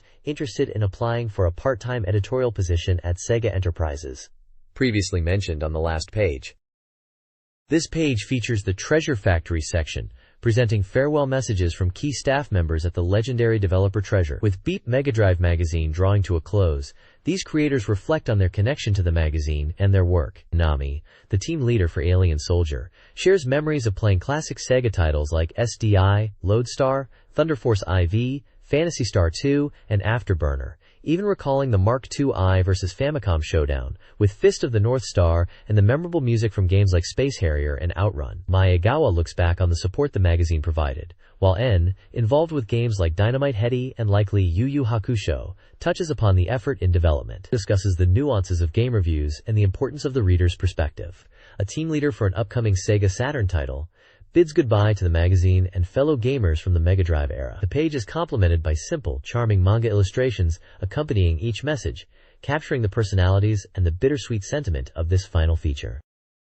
This page continues the Backstage Treasure Factory farewell feature, presenting the Chisei no Nakano Sakawe Network Reader Corner. Chingsi, the host, reflects on the corner coming to an end, lamenting the lack of snow despite her winter gear purchases, and encouraging readers to send in their final submissions. The page is adorned with various fan contributions, including dynamic illustrations of the monsters from Alien Soldier, sent from Kyoto and Osaka, as well as charming fan art of Dynamite Headdy from Akichi and Saitama. A contribution from Shizuoka features a character asking for support for the Gunstar series alongside Headdy. The bottom section serves as a postscript for the entire Backstage Treasure Factory feature, thanking readers for their longtime support of both the magazine section and the developer, mentioning past recurring segments, and hinting that the magazine is evolving. It promises that Treasure will continue to make games that meet expectations, providing an address for letters directed to Treasure via the Sega Saturn magazine editorial department. This page marks the final chapter of Sonic Tsushin, or Sonic Communications, featuring farewell messages from the leadership and team at Sonic Software Planning. President Hiroyuki Takahashi reflects on 4.5 years of developing games for the Mega Drive, having personally written scenarios for 3 Mega Drive titles and 2 Game Gear titles, in addition to participating in many other game planning efforts. He expresses a sense of having spent a long and fulfilling time. Hidekazu Takahashi, known as Hidev, also shares his thoughts, describing the team's busy days in game production as a hellish but unstoppable period. He mentions working on a title conceived over 2 years prior. He confirms that Sonic Tsushin is concluding, and thanks all the readers for their support and guidance, expressing gratitude from the entire team. The page also includes the Zenitsu Mania Reader Corner, featuring various fun postcards, illustrations, and candid opinions from fans, including drawings from Yokohama and Gifu. Finally, the team presents a photo of the Sonic All-Star cast, noting that sound designer Takeuchi is not present in the picture. The message assures readers that the team will continue to dedicate themselves to creating even better games and manuals, and asks them to look forward to their next, still secret, project. This page is an advertisement for Santa, a specialty store focusing on Sega products. They are offering items tax included, effectively tax-free. The store features various Sega consoles, including the Sega Saturn, Victor Saturn, Mega CD2, Wonder Mega 2, Mega Drive 2, Mega Jet, and the 32X add-on, listing their prices and release dates where applicable. A wide range of peripherals for both Saturn and Mega Drive systems are also available. The bulk of the page lists a huge selection of Mega Drive, Mega CD, and 32X games. This includes recent releases like Virtua Fighter, Lunar, Eternal Blue, Story of Thor, and Shining Force CD, marked in a new release corner. There are also various discount sections offering games at set prices such as 500, 1000, 1500, 2300, and 3000 yen. A specific B-set bundle is highlighted, offering 3 Mega Drive games for just 1000 yen, featuring titles like Ghostbusters, Thunder Force, Ninja Gaiden, and Monster World 2-is, among others. Ordering is possible by phone or fax, with next-day delivery available for certain areas if ordered by 2 p.m. via phone. Shipping fees apply, though free membership is mentioned as waiving these fees. They note that Saturday and Sunday are regular holidays. This page showcases a selection of gaming-related books and guides available from SoftBank's publishing division. Featured titles include game best selection picks like the Pendragon Replay, The Quest for the Three Spears, a Tabletop RPG session guide based on Arthurian legend, and a guide to the extensive world of Horai Gakuen. Also highlighted are guides for the Far Roads to Lord RPG series and a comprehensive perfect guide for SimCity 2000. Additionally, the page promotes the RPG Encyclopedia series, which includes specialized guides like the Reverse Monster Guide for both Eastern and Western settings, and various RPG encyclopedias. These books offer insights into game worlds, strategies, and rule sets, catering to fans of RPGs and simulation games. Prices for the books range from around 1,500 to 1,860 yen. This page features a special preview for the upcoming RPG, Lunar, Eternal Blue, on the Sega CD. It's announced as nearing release, scheduled for December 22nd. The article highlights the game as a sequel to Lunar, the Silver Star, but emphasizes that it presents a completely new world, story, and cast of characters, suggesting it feels like a distinct title, with a larger scale and deeper narrative. The preview focuses on the early stages of the game, introducing the setting of the Saiyan Desert, and the fateful meeting between the protagonist, Hyro, and the mysterious girl, Lucia. The text promises a continuous chain of events, from the visual prologue through to the epilogue, aiming to deliver a significant emotional impact and serve as the conclusion to the Lunar series. Accompanying the text are vibrant character illustrations, including key art of the main party and close-up portraits, along with a detailed map of the Saiyan Desert area marking key locations. This preview for Lunar, Eternal Blue, reveals key locations and early story events. The Dragon Ruins, near Hyro's house, are a mysterious playground, with monster encounters and Leo's arrival via his airship, the Gwyn. Hyro's secluded house, cluttered with Gwyn's research, is shown, including the basement and observation deck. Leo interacts with Hyro, receiving a gem, before a dramatic sky event signals Lucia's arrival. The Gwyn, a vessel gifted by Althena and used by Leo to destroy her power, is central to the narrative conflict. The preview establishes key settings, characters, and pivotal moments, hinting at a large-scale adventure. The next page continues the preview for Lunar, Eternal Blue, focusing on the Blue Spire. This tower is located directly north of Hyro's house and is shrouded in mystery. Ancient texts claim no one has entered for centuries. The entrance is guarded by 3 intimidating stone statues. Access is gained by using a specific item. Inside the tower, the party encounters Lucia. There's a moment of panic upon her sudden appearance, leading the group to decide to take Lucia back to Gwyn's location immediately. The page shows the internal layout of the tower floors, from the 1st to the 7th, highlighting its complex and structured design. The reviewer notes the contrast between the beautiful tower interior and the thought of monsters roaming within. A section titled, "Stone Statues Move?" reveals that the statues encountered earlier come to life, presenting a dangerous challenge. This adds to the mystery surrounding the tower's mechanisms and dangers. Finally, the page introduces some of the monsters found in the Blue Spire and surrounding areas. These include Dolphin Face, Desert Eye, Slime, Brain Hand, Crystal Knight, and a pair of Homunculus and Triclops. The text mentions that while these early area monsters aren't overly powerful, players shouldn't get complacent, as underestimating them can lead to a quick demise. The next page explores the desert village of Lapa, located west of Hiro's home. This village is known for its inhabitants, who enjoy a carefree life and have a fondness for gambling, a trait even shared by the village chief. Curiously, the chief's daughter seems uninvolved in this aspect of village life. The adventure takes a turn as the party seeks out Ronkafa. Their search leads them through various locations within the village, including the chief's house and the shrine. Despite inquiries, Ronfa proves elusive until he is finally discovered at the tavern, engaged in gambling. The page highlights a dice gambling minigame available, with the reviewer expressing frustration at repeated losses. After spending the night in Lapa, a pivotal event occurs. Lucia disappears the next morning. Investigations reveal she is headed towards Dalton. The page also provides details on the village shop, listing essential gear like daggers, short swords, adventurer's clothes, tanned hide armor, and bandanas, as well as healing items like herbs and antidotes, recommending players stock up before leaving. Travel to Lapa involves taking a boat from behind the tavern to the opposite shore, near the dragon ruins, followed by a walk. The next page shifts the focus to the port town of Dalton, Lucia's destination from Lapa. Located in the western part of the desert region, Dalton is the largest town and a major port bustling with trade and information. The town is heavily influenced by the Althena cult, with residents expressing deep faith and mentioning Althena and the four-hero Leo, who is a frequent visitor here. However, whispers suggest not all faith is genuine, with rumors circulating that someone within the cult itself is responsible for destroying the Althena statue. Further mysteries surface regarding the holy city of Pentagulia, where Althena is said to reside.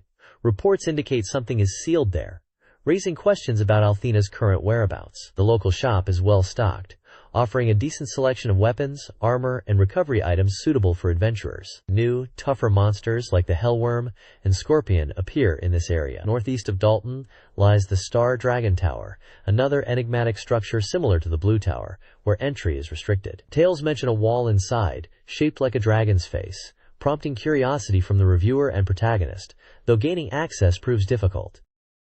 This page dives into Lance's Sea of Trees, located north of Dalton. This area is a confusing labyrinth, but the guide reassures players that while challenging, getting lost often leads to treasure chests, making exploration rewarding. Upon exiting the Sea of Trees, you encounter a lively caravan of traveling performers. The text highlights their cheerful nature and the protagonist's interest in a captivating girl among them, identified by her portrait as Jessica. Venturing deeper, you face a significant obstacle, a large plant monster blocking the path, described as the root of the strange happenings.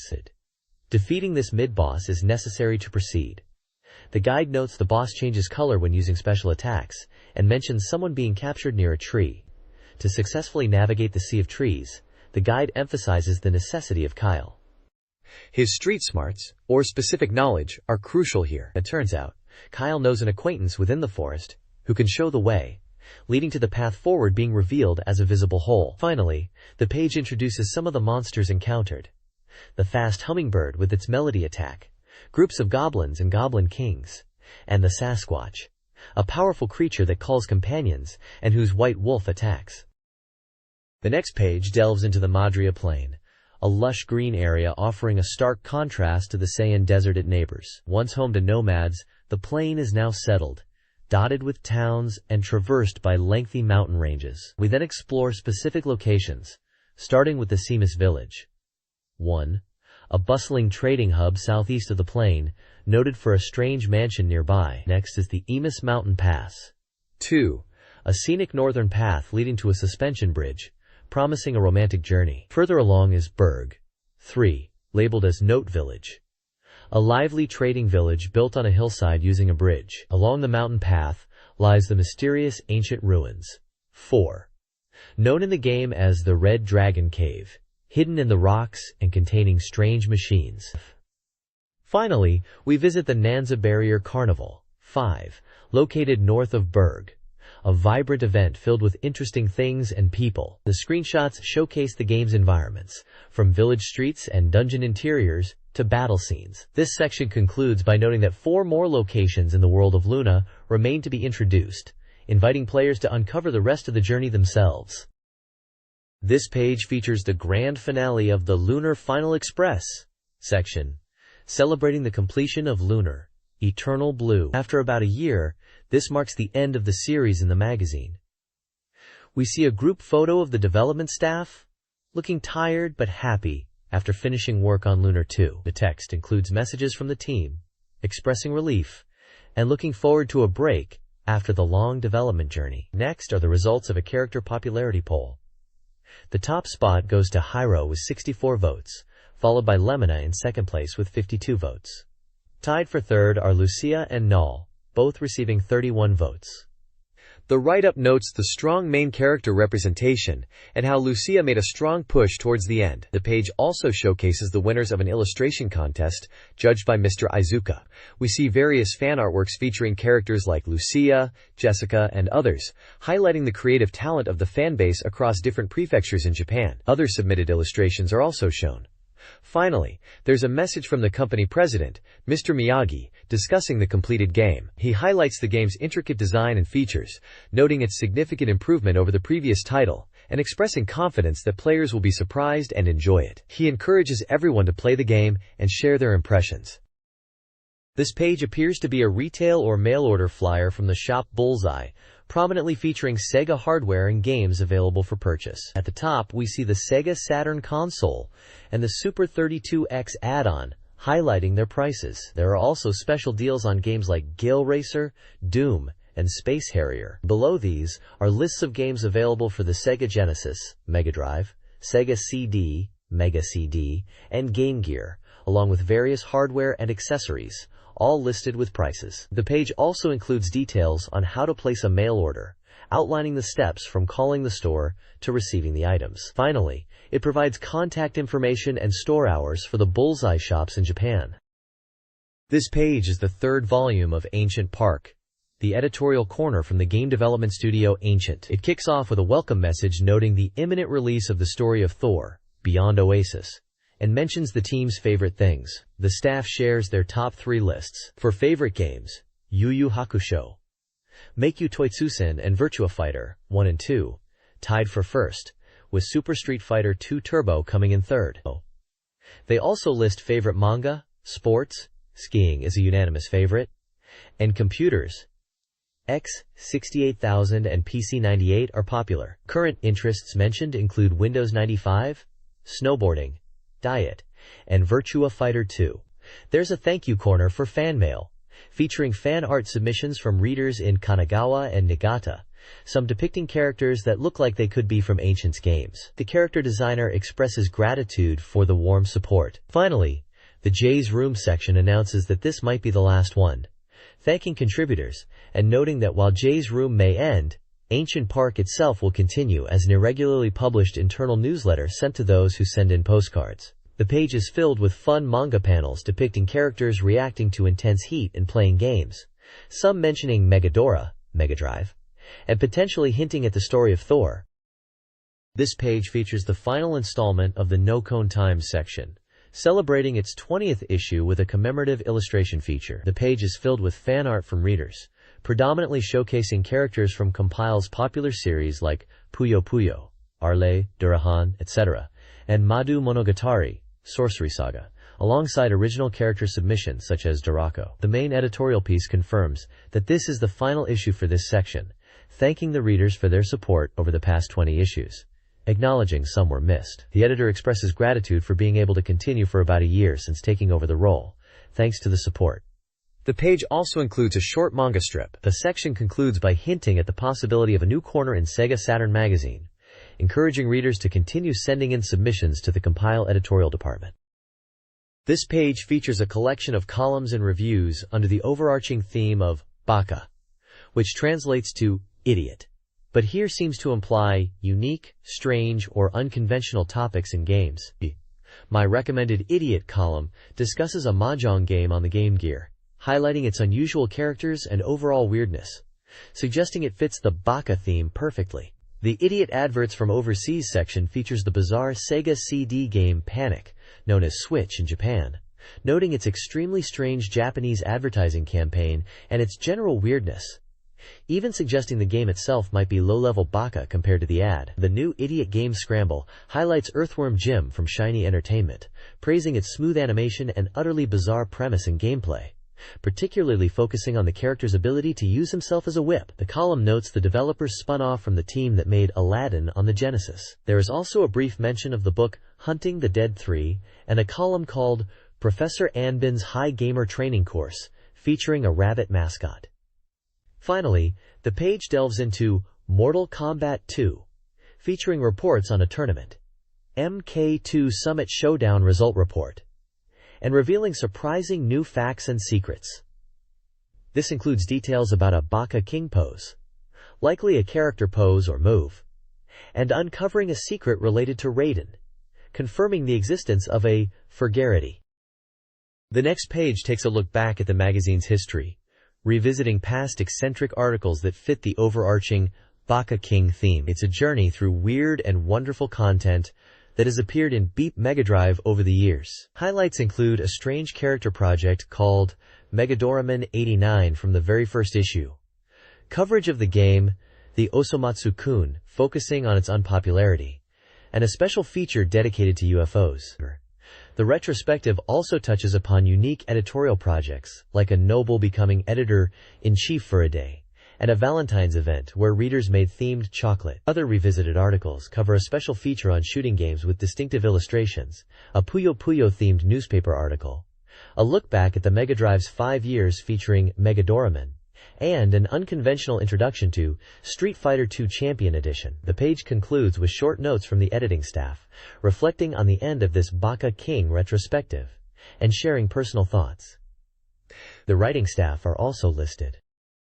This page features Uncle Jam's Passionate Series, where he discusses the current state of the game industry. A reader writes in expressing surprise at the difficulty getting a Sega Saturn at launch despite pre-ordering, noting the huge crowds for the Virtua Fighter demo, and asks about the console's popularity and the outcome of the competition with Nintendo. The article highlights the impressive launch success of the Sega Saturn, stating it secured 1.4 million pre-orders before release, far exceeding initial sales targets. The popularity of Virtua Fighter is credited with helping drive this demand. The column then shifts to the industry's perspective, noting that many feel Nintendo has stumbled, particularly with its initial showing of the Virtual Boy and the perceived lack of impactful software beyond titles like Mario and Donkey Kong. Photos show the busy scene at a Sega Saturn launch day and the display for the Nintendo Virtual Boy. Uncle Jam suggests that while Sega Saturn has made a strong start, the long-term outcome of the console war depends on future software releases and strategic decisions. He concludes by reflecting on the past 5 years in the industry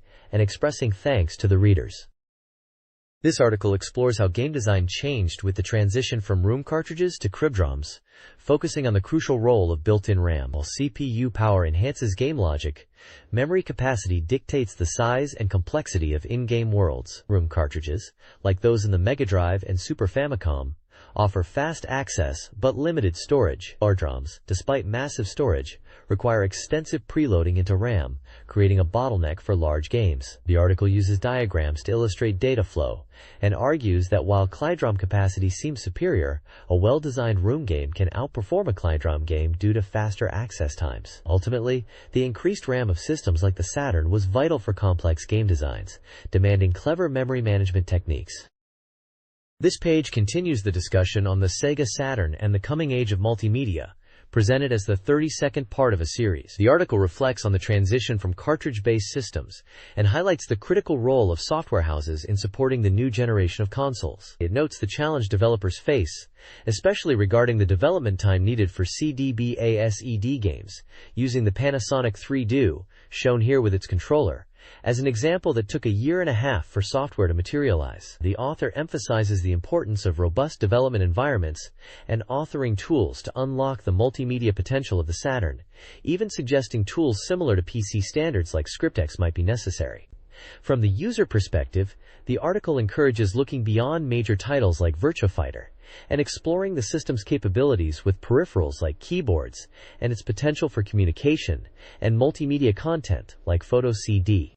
It mentions a Sega communication accessory, also pictured, which supports features like karaoke and access to online services, suggesting the Saturn is poised to be more than just a game console. Ultimately, the piece suggests that while the technology is complex, users should seek their own ways to enjoy the system's evolving capabilities.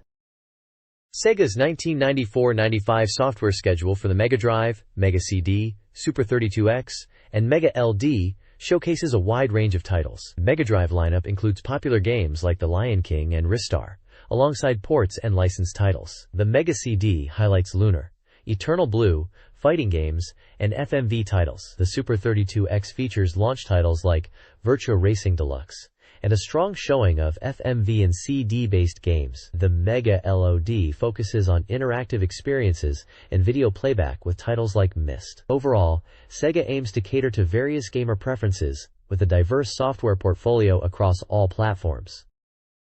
This page provides a detailed look at the Sega Saturn's software schedule. It features a large table listing upcoming game titles, their planned release dates from late 1994 through 1995, with many listed as undecided, prices, publishers, genres, and compatibility information. The accompanying text discusses the Sega Saturn's launch situation, noting its initial success but subsequent stock shortages. Crucially, it highlights a surge in new title announcements from third-party developers just before the magazine's deadline. The text points readers to the table for the full list, but specifically mentions titles like Princess Maker, Guardians, Echo the Dolphin Saturn, Lulu Casino, and Torikato Saturn. It notes that many releases are expected from spring 1995 onwards, indicating a robust future lineup. The page also provides release details for accessories, listing the power memory for December 6th at 4,800 yen, and the multi-terminal 6 for January 27th at 3,800 yen. This page presents a schedule of upcoming software for both the Mega Drive and Game Gear platforms, featuring release dates, prices, and genre information. There's also a significant section of messages directly from various game developers. The BeepMD editorial section comments on the popularity of the first Sega Saturn magazine volume and highlights the renewed focus of BeepMD magazine on covering Sega platforms extensively, including Mega Drive, 32X, and Game Gear, promising lots of interesting new titles. The Softmaker information section includes updates from numerous companies. Sega talks about the successful Saturn launch. Game Arts mentions a bonus single CD for Lunar, Eternal Blue. Capcom discusses Mickey and Minnie Magical Adventure 2 and confirms Street Fighter, the movie, and X-Men are coming to Saturn. Konami announces their Saturn entry with Gokuju Parodius and JIKU Powerful Pro Baseball 95. Imagineer updates on their Pretty Fighter X development. Sunsoft teases a new puzzle game featuring Hibariki on Saturn. Acclaim Japan has a 32X release this month. Bandai's Slam Dunk and SD Gundam on Game Gear are nearing release. Taito has shipped Gambler Jiko Chushinya. Ving celebrates Night Striker coming to Saturn. Evive is looking forward to the next generation of consoles. Media Ring mentions trouble planning Zero Yan Champ SP due to car types, but notes a music CD is out. Sita says they are joining BeepMD. Victor Entertainment has a new game coming soon. This page is a reader survey postcard template and guide, asking readers about their demographics, gaming habits, and preferences regarding magazine content and future game purchases for Sega platforms. It lists specific articles from the January issue to get feedback on, and provides extensive lists of currently available and upcoming software for Sega Saturn and Mega Drive per Candela, along with a list of gaming hardware, asking readers which they own or plan to buy. The survey is a great way for the magazine to gauge reader interest and shape future content, highlighting popular titles like Virtua Fighter 2, Alone in the Dark, Light Crusader, Alien Soldier, and many others across the different Sega systems and competing platforms of the time like PlayStation and Nintendo 64. It also includes a section announcing winners from the previous month's reader presents, showing active engagement with its audience. The next page delivers an update straight from the source. Sega AM2 R&D Express Volume 9, spotlighting the highly anticipated arcade launch of Virtua Fighter 2.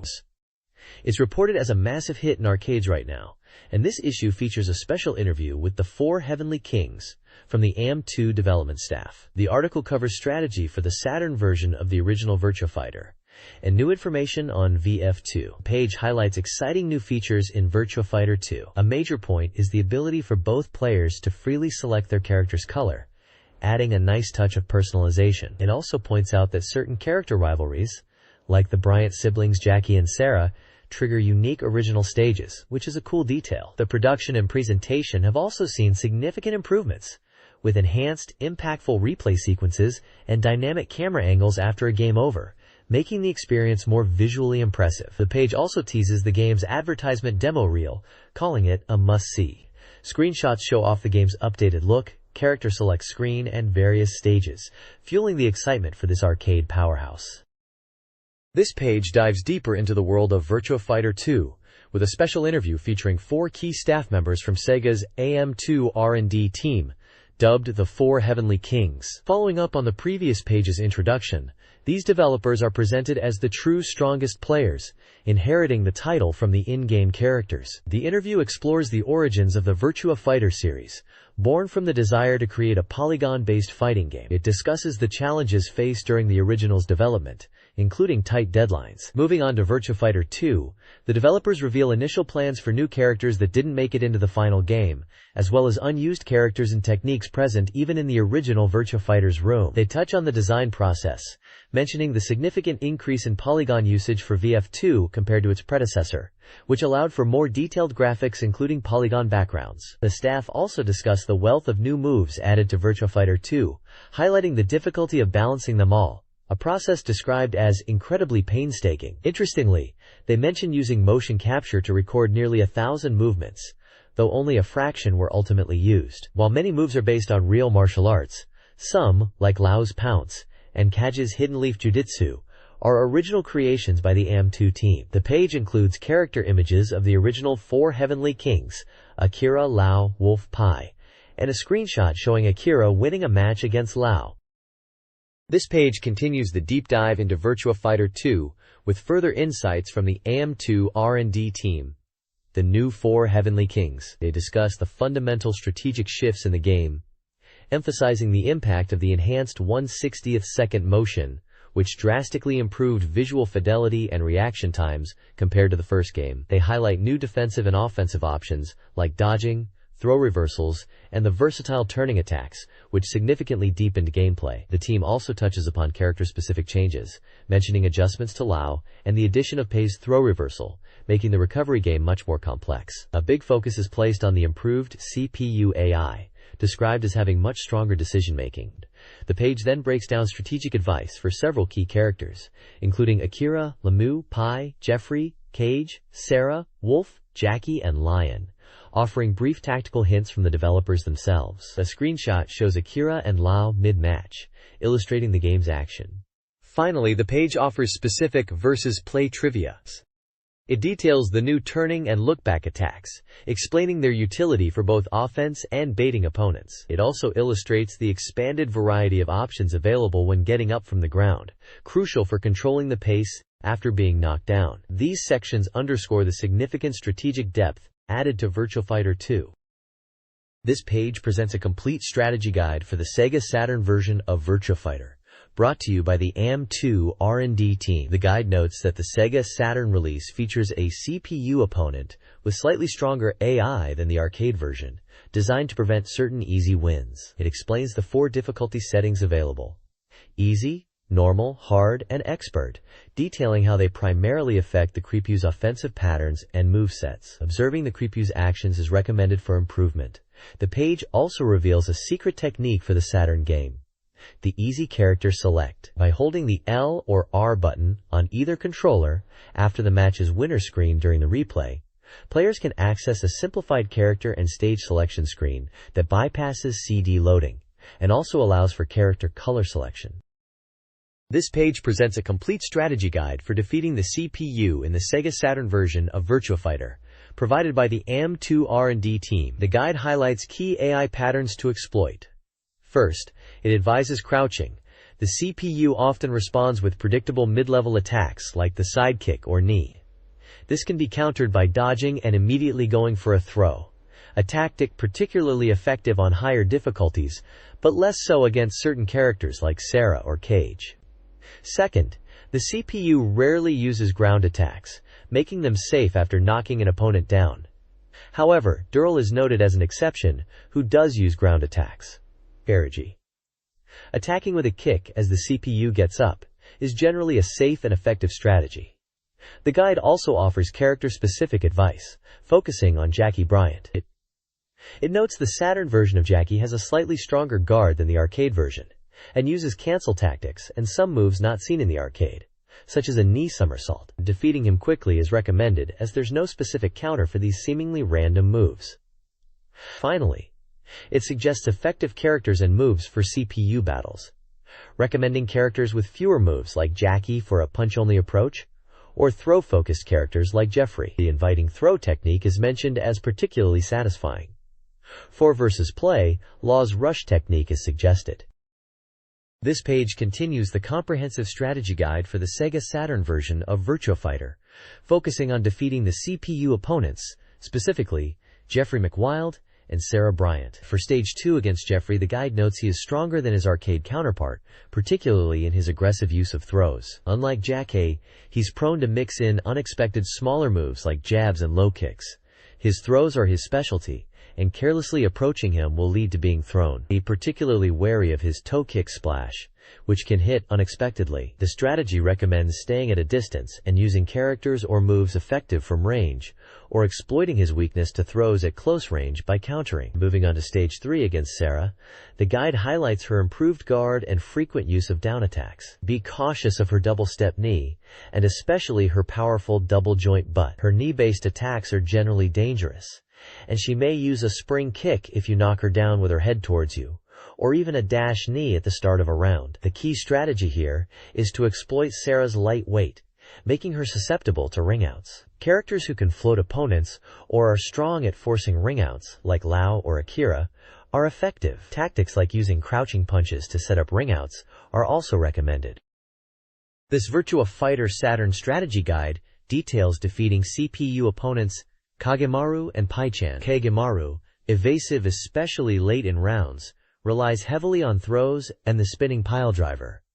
Players should counter his water kick and exploit his tendency to back away. Paichan's strong guard necessitates waiting for openings, or countering her Heaven's Fall for ring-out opportunities. Her light weight makes her vulnerable to ring-outs, so characters capable of floating or forcing ring-outs are recommended. The guide emphasizes using crouching attacks and exploiting her slow side kick after a guard. This page continues the Virtua Fighter Sega Saturn strategy guide, focusing on defeating CPU opponents Wolf Hawkfield, Stage 6, and Lao Chan, Stage 7. For Wolf, the guide emphasizes his strong guard and the difficulty of winning throw exchanges. It suggests focusing on Sukanage, missed attack into throw, setups, and being wary of his Axle Bomber Lariat, which comes out unexpectedly. A key difference from the arcade version is Wolf's increased use of the giant swing throw. Recommended characters and techniques include Jeffrey McWild, especially for his powerful throw game, and attacks like the punch splash. Screenshots show the Axle Bomber and Jeffrey vs. Wolf. Against Lao Chan, the guide notes he is slightly weaker than his arcade counterpart, but still prone to rushdown and ringouts. The Rao Keisu, Lao coefficient, a programmer term, refers to his tendency for powerful continuous attacks. His spinning back knuckle technique is particularly dangerous and used more often than in the arcade. The guide advises avoiding his crouching punch to diagonal palm strike sequence, which is difficult to counter. While Lasaku's sidekick is fast, making Sukanage tricky, his frequent use of down attacks creates openings for the player to initiate throws. Screenshots illustrate the spinning back knuckle and a counter strategy against a downed opponent. This page continues the Virtua Fighter Sega Saturn strategy guide, focusing on defeating CPU opponents. First up is Stage 8 against Akira Yuki, highlighted as a strong opponent where winning straight up is difficult. The guide notes the Saturn CPU uses moves like Tetsuzanku and Saoshu more often than in the arcade, particularly on Wake Up, but thankfully they don't string into true combos like in versus play. Beware of his fast sidekick follow-up to a crouch lure. Strategies include using the vertical jump front kick and PPP sequences to bait his Rimantawahi before guarding. The guide then covers the bonus stage against Dural. A major difference from the arcade is her significantly increased weight, 220 kilograms versus 100 kilograms, making her much harder to launch. The stage ring is also smaller, making ringouts tricky. Dural gains powerful new moves not seen in the arcade, including Torpedo Splash, Tetsuzanku, and Giant Swing, requiring extra caution. She also uses the dangerous Brainbuster throw unexpectedly. While her down attacks are often easy to evade, her quick normal attacks and combos demand respect. Strategies include using specific combos near the ring edge for ring outs, and crucially, crouching to guard against the torpedo splash. This page features a special interview with Sega's AM2 team about their upcoming projects for the Sega Saturn. The main focus is the highly anticipated port of Virtua Fighter 2. The interview is with Keiji Okuyasu, the chief programmer for the Saturn version. He confirms development is finally underway with a dedicated team, many of whom worked on the first Virtua Fighter port. They discuss the technical hurdles of bringing the game's detailed graphics and 60 frames per second gameplay to the Saturn. Noting the challenges with polygon counts and data size compared to the first game, they emphasize that successful texture mapping and design will be crucial for this port. A screenshot from the arcade version of Virtua Fighter 2 is shown. The page also provides an update on the Sega Saturn port of Daytona USA. Development is progressing well, with new elements like trees in the initial course background and additional rival cars being added. The team aims to have the initial course playable within the year. Screenshots show the game's progress, highlighting the cars and tracks. There's even a specific question asking about the famous Sonic wall feature. This page continues the interview with Sega's AM2 team about their upcoming Sega Saturn projects. The discussion on Daytona USA touches upon the technical challenges of displaying many cars and processing polygon textures compared to the arcade version, noting it's progressing well with the initial course nearing completion this year.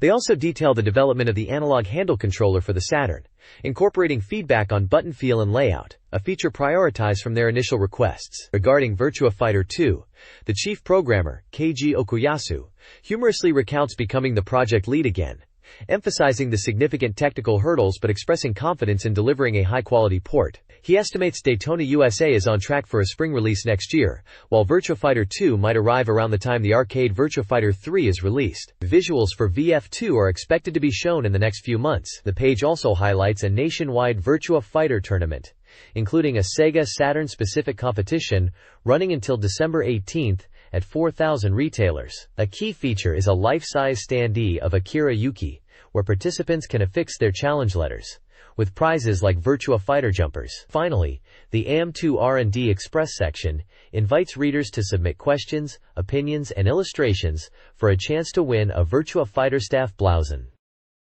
This page is the first part of a special feature celebrating the launch of the Sega Saturn, aptly titled, Take Off! The main event is a special interview between two of Sega's most legendary creators, Yu Suzuki, the mastermind behind arcade classics like Virtua Fighter and Virtua Racing from AM2, and Yuji Naka, the lead programmer of the globally beloved Sonic the Hedgehog series, including Sonic 1, 2, 3, and Sonic and Knuckles. The interview delves into their thoughts on the new console and their vision for the future of Sega Saturn. Yuji Naka shares that he recently returned to Japan after living in America for about 3 years since the release of Sonic 2, and describes his relationship with Yu Suzuki, noting they've known each other for roughly a decade and have a respectful rivalry. The page is visually rich, featuring screenshots from Saturn launch titles and upcoming games such as Virtua Fighter, Virtua Racing, Dynamite Deca, known internationally as Die Hard Arcade, Virtual Hydlide, and a game displaying a continue screen. The feature emphasizes the Sega Saturn's strong start, highlighting the significant number of pre-orders it received.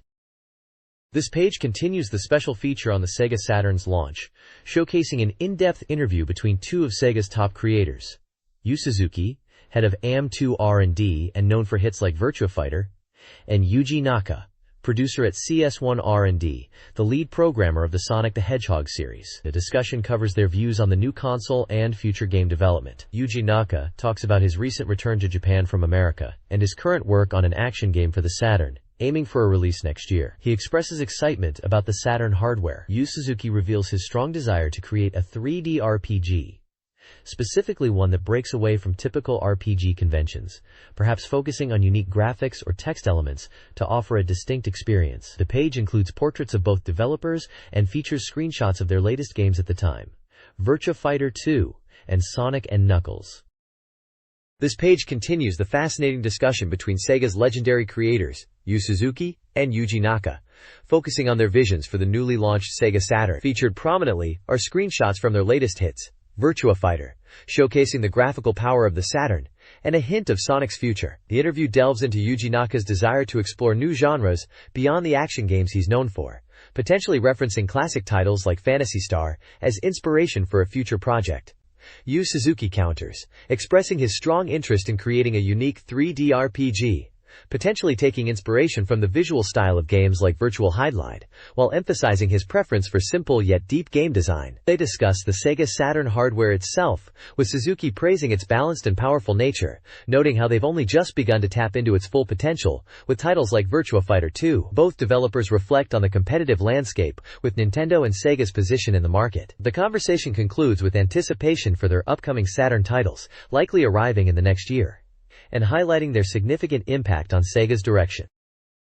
This page kicks off part 2 of the Sega Saturn Takeoff feature, highlighting major third-party support from powerhouses like Capcom, Konami, and Bandai, with their titles launching sequentially after the console's release. The focus here is squarely on Capcom's highly anticipated fighting games. First up is X-Men, based on the popular arcade fighter, promising a complete port slated for December release. The article emphasizes its massive size, over 300 megabytes, allowing for deep gameplay and smooth animation patterns. Screenshots show the character select screen featuring popular X-Men characters like Wolverine, Cyclops, Storm, and Magneto, alongside dynamic gameplay shots highlighting the game's large sprites and super jumps. The sheer scale is highlighted as amazing 300 mega fighting.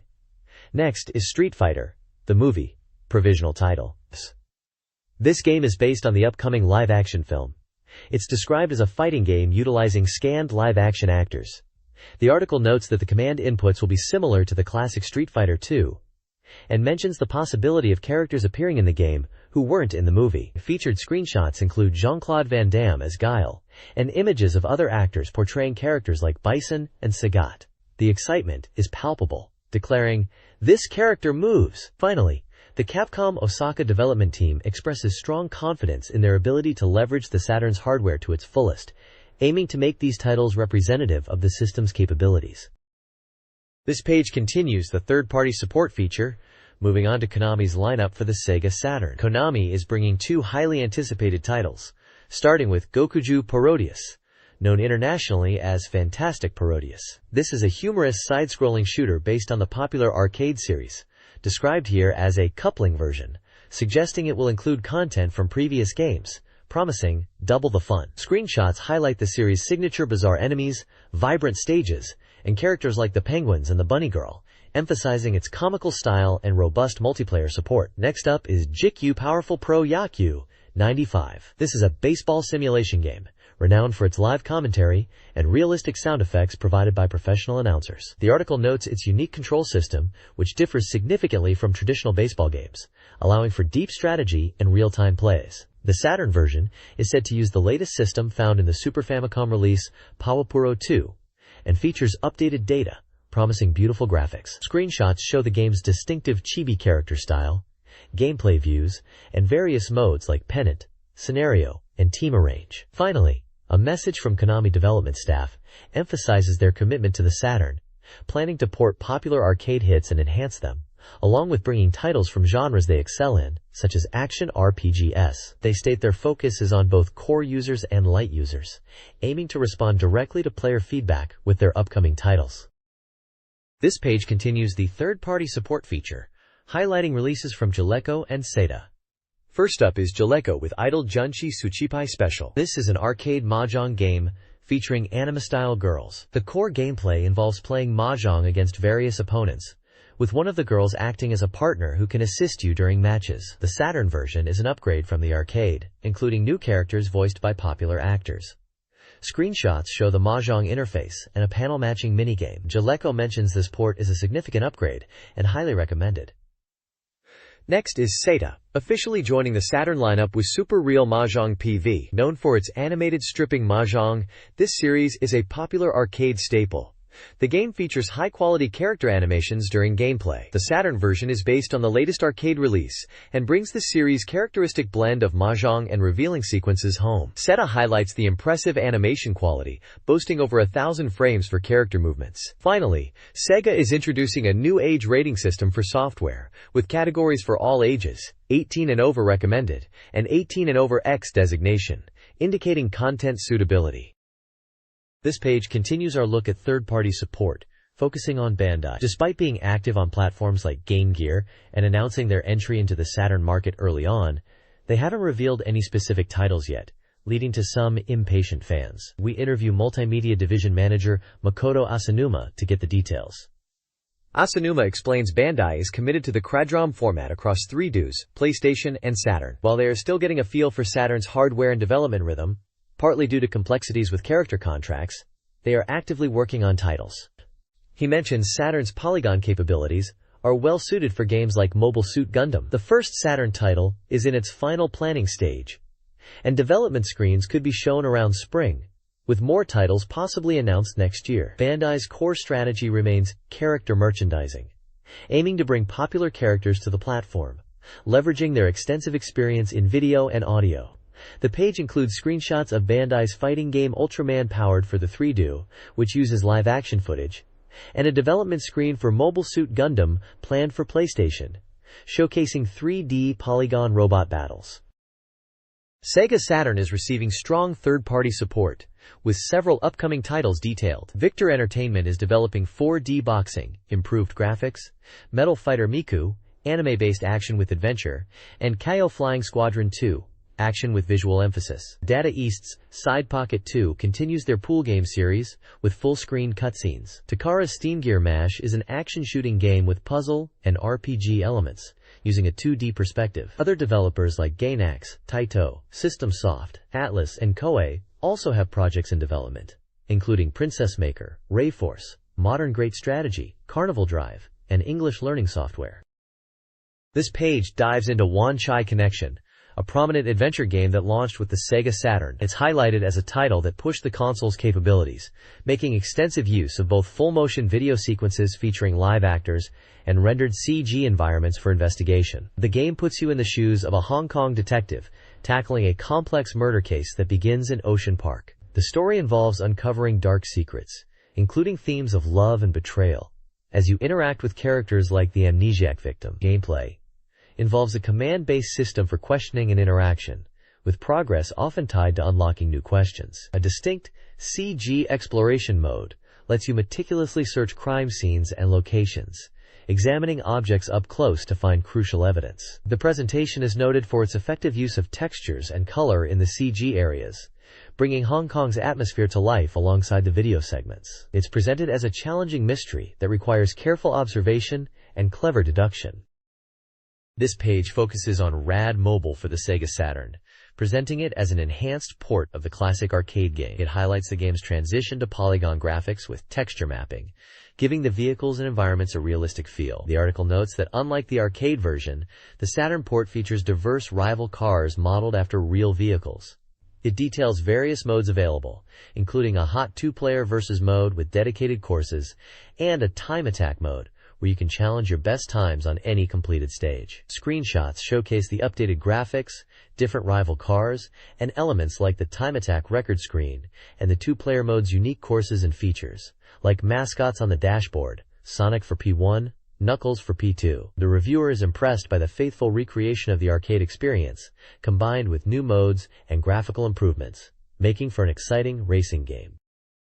This page delves into the Sega Saturn title Mansion of Hidden Souls, a virtual cinema adventure game that serves as a sequel to the Mega CD original. It highlights the significant upgrade on the Saturn, boasting drastically improved graphics with a much higher color count, 32,000 colors, and realistic textures, making the creepy interior of the mansion stunningly beautiful. Loading times for scene transitions are also noted as being virtually non-existent compared to the predecessor. The story involves searching for someone within the mansion, with the resident June, who can transform, playing a key role. A major new feature is the emotion input system, which allows the player's choices and responses to dialogue to subtly alter the scenario's progression and even influence the protagonist's personality towards good, neutral, or evil. This gives the game a multi-scenario feel, branching out based on player actions, unlike the more linear original. Screenshots showcase the striking exterior illustration of the mansion under a massive red moon, detailed indoor scenes like a grand staircase and a close-up of a butterfly,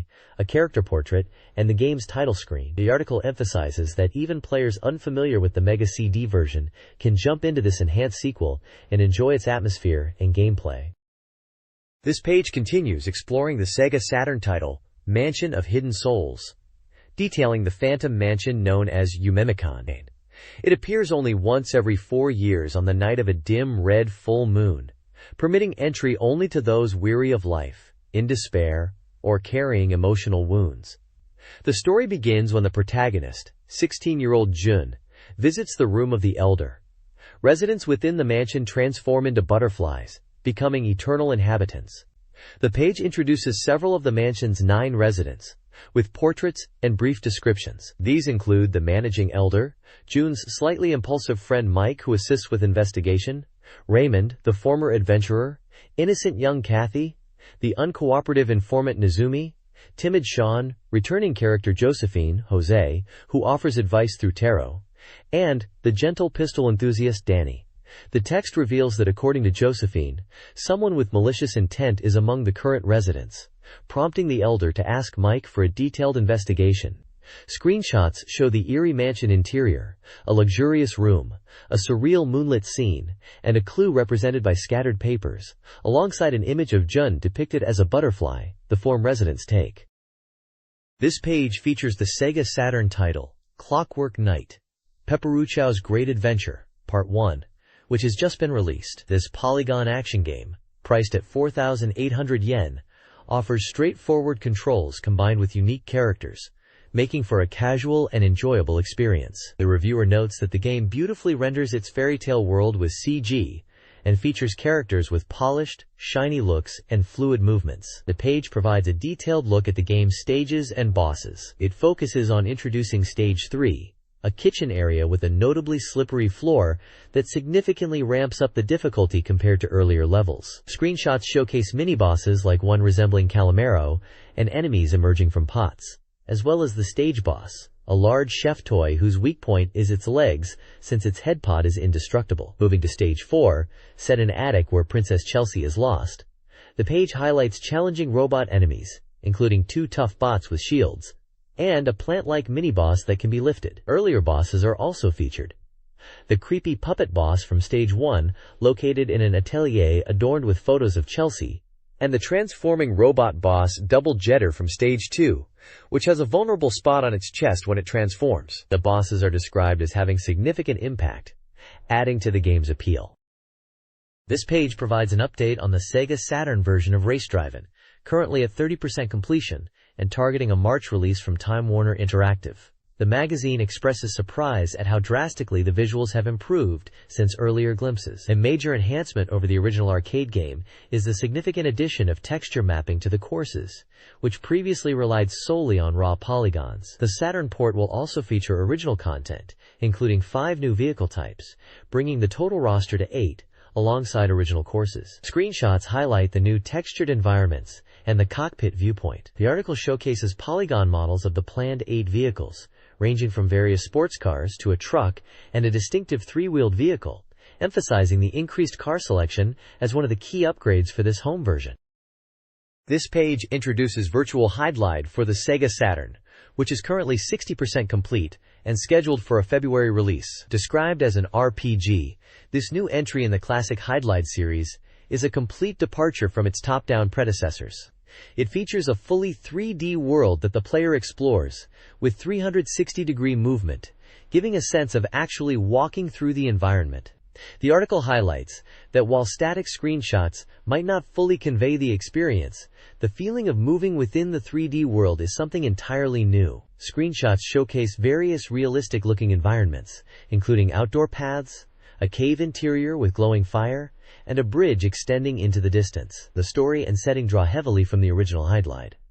The page also features images from the game's opening sequence, which uses live-action footage. This opening depicts the classic plot setup involving a princess cursed by a demon king, who transforms her into 3 fairies, tasking the hero with finding them. For longtime fans of the series, this promises a mix of nostalgic elements and fresh gameplay.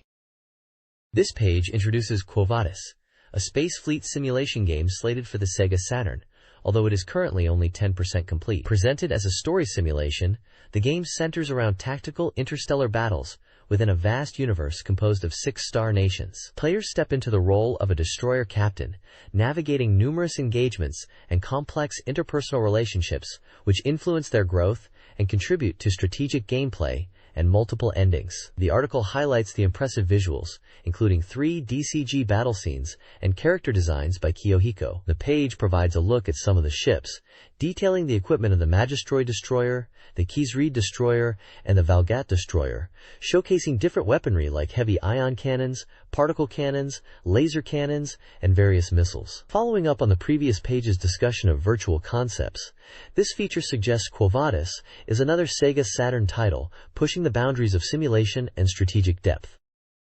This page delves into the development of Panzer Dragoon for the Sega Saturn, currently 40% complete, and planned for a March release. The article features an interview with developer Tomohiro Kondo, who highlights the game's exceptionally deep setting, describing it as not just fantasy, but a world on a different planet with an Islamic-influenced atmosphere. A unique aspect is the dragons, which are revealed to be not purely biological, but a fusion of organic and mechanical elements, based on remnants of an ancient civilization. Kondo emphasizes the focus on visual direction, likening the development approach to filmmaking, especially concerning camera angles, and integrating story elements between the game's 7 stages. Concept art is shown illustrating the Tower of the Old Age, the distinct dragon design, and imperial weapons, hinting at the rich lore derived from a 1,000-year-old collapsed civilization. The article positions Panzer Dragoon as a major original title for the Saturn, demonstrating Sega's commitment to deep and visually impressive experiences on the platform, much like the previously discussed Quo Vadis. The next page dives into 2 essential sports titles for the Sega Saturn, showcasing the platform's capabilities. First up is Greatest 9, a baseball game boasting polygon and texture-mapped stadiums for immersive environments. The development is at 50% completion, promising unique camera work, especially for following the ball, offering perspectives not seen before. It features all 12 licensed teams with real player names. The game modes include classics like Pennant Race and Tournament, alongside Home Run Contest and team editing options. Following that is Victory Goal, a soccer title currently 80% complete. It focuses on delivering realism through polygon graphics. The article highlights improvements since previous reveals, particularly the field visuals, which now include the crowd and show a wider perspective. The game offers detailed settings for team tactics, formations, and individual player attributes, allowing for deep strategic control. Multiple camera options, including zoom and rotation, are also emphasized for dynamic replays and viewing the action. This page previews Sega Saturn's baseball game Greatest 9 and soccer game Victory Goal, detailing their polygon graphics, camera features, and game modes. This page features a comprehensive review section, focusing on upcoming Sega Saturn games, presented by a panel of reviewers representing different gaming perspectives: the beginner girl, the mania group, and the general user.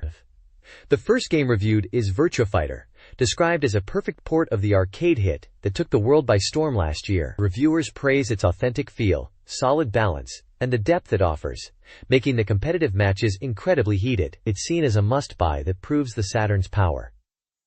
Next is Wan Chai Connection, an adventure game with detective elements. While the premise involving real footage and CG scenes is promising, the reviewers find the gameplay itself somewhat lacking and repetitive. The plot is decent, but the visuals aren't as impactful as hoped. Tama is a unique puzzle action game. Players manipulate the board to guide balls to their goal.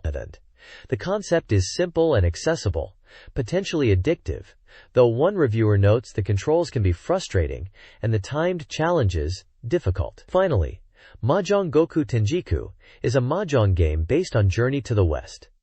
While a solid mahjong title, reviewers point out it feels fairly standard. The opponents are noted for being eccentric. It's considered a decent mahjong game, but perhaps lacks features to fully showcase the Saturn's capabilities.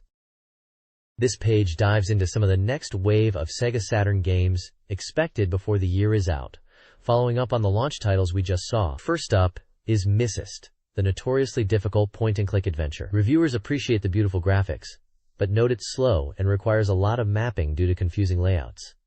It's definitely one for patient players. Then there's the sequel to Mansion of Hidden Souls, which seems to be easier than the first according to the difficulty rating.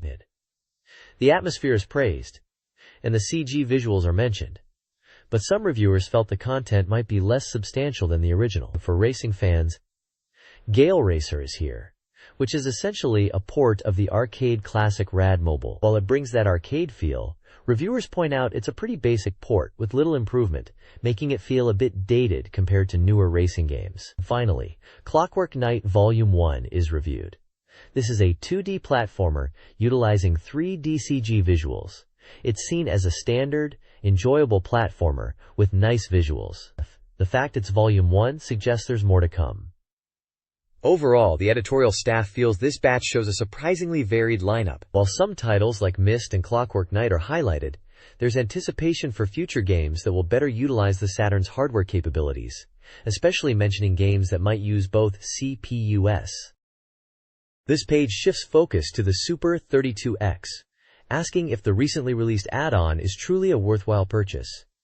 It features an interview with Sega's Mr. Nagata, who acknowledges the 32X might be slightly overlooked amidst the next-generation console rush, but states that the industry sees its potential, especially with strong titles coming from Sega internally. He emphasizes that the 32X will become more exciting going forward, with overseas software also planned for release in Japan. The article highlights upcoming titles like Stellar Assault and Tempo, confirming their release plans. It also reveals that the CS3 R&D team is working on a new quarter-view shooting game for the system. Furthermore, overseas titles are finally arriving, with a preview image shown for Shadow of Atlantis, a title that appears to be a visually rich adventure game. Finally, the page looks at the plans for the CS4 R&D team, known for vs. R Deluxe. While that team's next project will be on the Sega Saturn, the interview confirms that the team behind Metalhead, another notable 32X title, is actively developing, and another team is also working on 3D action games for the 32X. The future looks promising with a continued push for 3D titles on the add-on.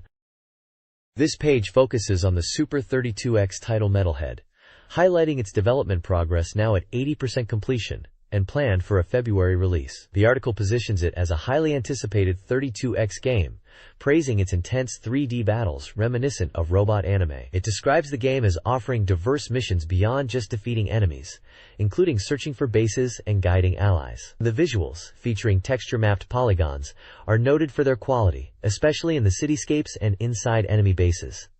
An interview with the director, Mr. Ura, confirms the game is nearing completion, with fine-tuning-like difficulty settings currently underway. He adds that the English voice acting, including the opening message, is complete and clear. The article emphasizes the game's highlights: the combination of texture mapping and polygon action powered by the 32X, resulting in speedy and smooth movement with free viewpoint changes. It also mentions the immersive atmosphere created by the sound design, particularly the mech's walking sounds. Metalhead is presented as a must-play for fans of robot games, offering a unique blend of action and strategic elements. This page shifts focus to Virtua Racing Deluxe for the Super 32X, announced as 100% complete and set for release on December 16th. The article highlights this version as a significant upgrade over the original Genesis release, building on the already charming Super 32X lineup. It promises new car types and tracks, making the gameplay more dynamic, and notes its high level of completion compared to the Genesis version released earlier that spring. The enhanced 32X version is positioned as a highly anticipated follow-up, praised for retaining the arcade feel. A vehicle-type checkpoint section delves into the three distinct car types available: Formula, Stock, and Prototype. Each type drastically changes the driving feel and performance, requiring players to choose the best car for each course. The article provides a brief overview of each car's characteristics, including stats for top speed, grip, durability, acceleration, and handling, along with a short description of their intended use and strengths. The Formula car is deemed best for time attack, the Stock car is recommended for drift practice, and the Prototype car excels in sheer speed. Merit and demerit points are also listed for each vehicle, detailing specific pros like stable high-speed cornering for the Prototype on straights, and cons like difficult handling for the Formula car if precision isn't maintained. This page provides a strategic guide for Virtua Racing Deluxe on the 32X, breaking down each of the 5 courses by highlighting key points for optimal performance. For each course, specific corners or sections are identified with screenshots, offering tactical advice on how to approach them. Complementing this are ratings and brief descriptions indicating how well the Formula, Stock, and Prototype cars handle these critical points and the course overall. The page serves as a valuable resource for players looking to shave seconds off their lap times by understanding the nuances of each track and vehicle combination. The bottom section features insights from the development team, emphasizing the robust replay system as a key highlight and offering personal anecdotes and tips, including enjoying mastering manual gear shifts and the fun of strategic maneuvers like intentional power slides with the stock car. This page dives into more Super 32X titles, following up on the exploration of the system from the previous page. It prominently features two distinct games: the groundbreaking first-person shooter Doom and the unique fighting game Cyber Speedway. The article highlights the arrival of Doom on the 32X, noting it's a faithful port of the highly acclaimed PC version. It praises the smooth performance and captures the essence of the game's simple yet intense loop of exploring complex mazes, battling demonic foes, and finding the exit. The game's famous violence is mentioned, suggesting it remains largely intact. Key aspects covered include the various difficulty levels, essential items like different keys and powerful weapons such as the shotgun and chainsaw, and the useful auto-mapping system that makes navigation easier. The reviewer seems impressed by the port's quality and fidelity to the original. Following that is Cyber Speedway, presented as a different kind of fighting game. It features a roster of both human and demon characters. A unique mechanic discussed is the ability to change character body parts, hands, body, legs, which alters their stats and even special moves. The article points out the game's focus on over-the-top violent finishing moves and dynamic camera work during combat, noting the strategic depth potentially added by the customization system. Screenshots show character selection and intense combat moments. This page focuses on the Sega 32X port of the classic arcade game, Space Harrier. The review emphatically declares it a truly perfect and complete port, living up to the anticipation many users had after getting their 32X hardware.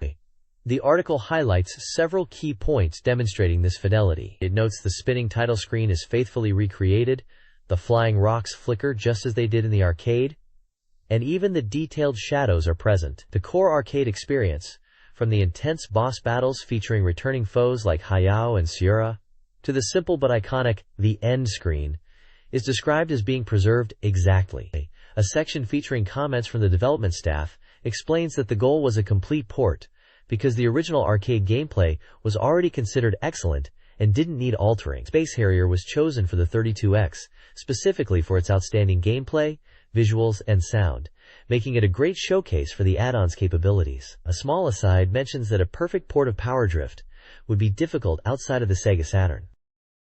This page delves into Afterburner Complete for the Sega 32X, positioning it as another perfect arcade port following Space Harrier. The article confidently states the game is complete and perfect, maintaining the arcade's intensity and feel. Key graphical elements like smoke effects and enemy processing speed are highlighted as faithfully recreated, avoiding slowdowns even during busy moments. Screenshots showcase the variety of stages players will encounter, including the sea escape, above the castle town, a bonus stage, and the night bombing run, all depicted as accurate to the arcade original. A major point of praise is the inclusion of analog control support, a significant upgrade that sets it apart from the previous, less impressive Mega Drive port of Afterburner 2. Developers explain their focus was on replicating the arcade's speed and gameplay exactly, including the lucky patterns. They discuss the challenges of recreating the distinctive sound, needing to rearrange the music due to hardware differences, but ultimately succeeding in delivering a strong audio experience using the 32X's capabilities. The game is presented as a full arcade experience for home,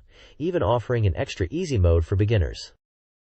This page presents Star Wars Arcade on the Super 32X, touting it as a significant release. It's a polygon-based shooting game, which might seem standard now, but the Star Wars theme makes it stand out. You'll hop into an X-Wing, accompanied by R2-D2, to blast TIE fighters, and eventually take on the Death Star. The game boasts a beautiful demo sequence faithfully recreated from the arcade, which fans will love. There are two main modes: the arcade mode, which is a direct port, and the 32X mode, offering slightly different missions and even a U-wing in its two-player mode. The missions featured include classic scenarios, like clearing areas of TIE fighters under the command of Admiral Akbar, whose voice instructions add to the tension. There's also a challenging mission to infiltrate a superstar destroyer and destroy its engines, navigating tight passages with relentless enemy pursuit. Screenshots showcase the iconic Death Star trench run as well, promising plenty of action. The game captures the look and feel of the arcade original, which was based on the powerful Model 1 board, and delivering such a faithful port so quickly is highlighted as a testament to the 32X's capabilities. Even Darth Vader makes an appearance, just to remind you of the stakes. This page features Dai Hoshin Den for the Mega CD, a new RPG from Victor Entertainment set for release in late January. Based on the classic Chinese novel Investiture of the Gods, the game promises an unprecedented and unparalleled RPG experience, focusing on complex and ever-changing human relationships. The game follows Taigong Wang as he gathers a diverse group of individuals, some possessing abilities beyond human comprehension or even immortal arts, to navigate a world filled with supernatural events. The narrative emphasizes dramatic and often tragic storylines, including elements of shocking tragic love and lament. A key part of the story involves the protagonist and a character named Sen Gyoku, exploring their fated and sorrowful connection.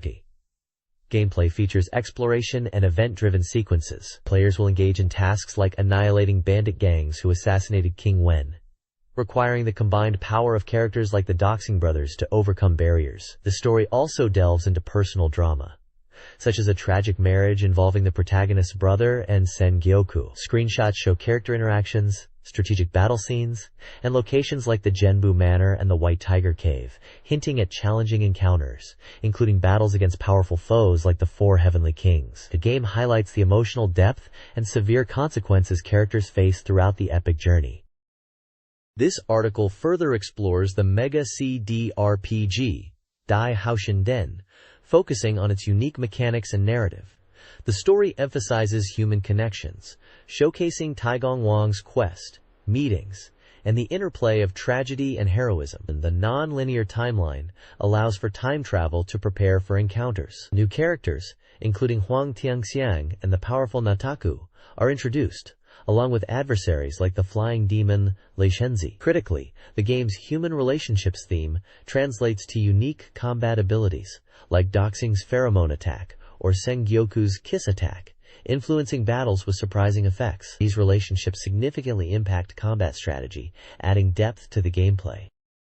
This page covers the upcoming Mega CD release of Fatal Fury Special. Fans are eagerly awaiting it, and while it's seen a slight delay, the porting quality is described as excellent, bringing it very close to the arcade original.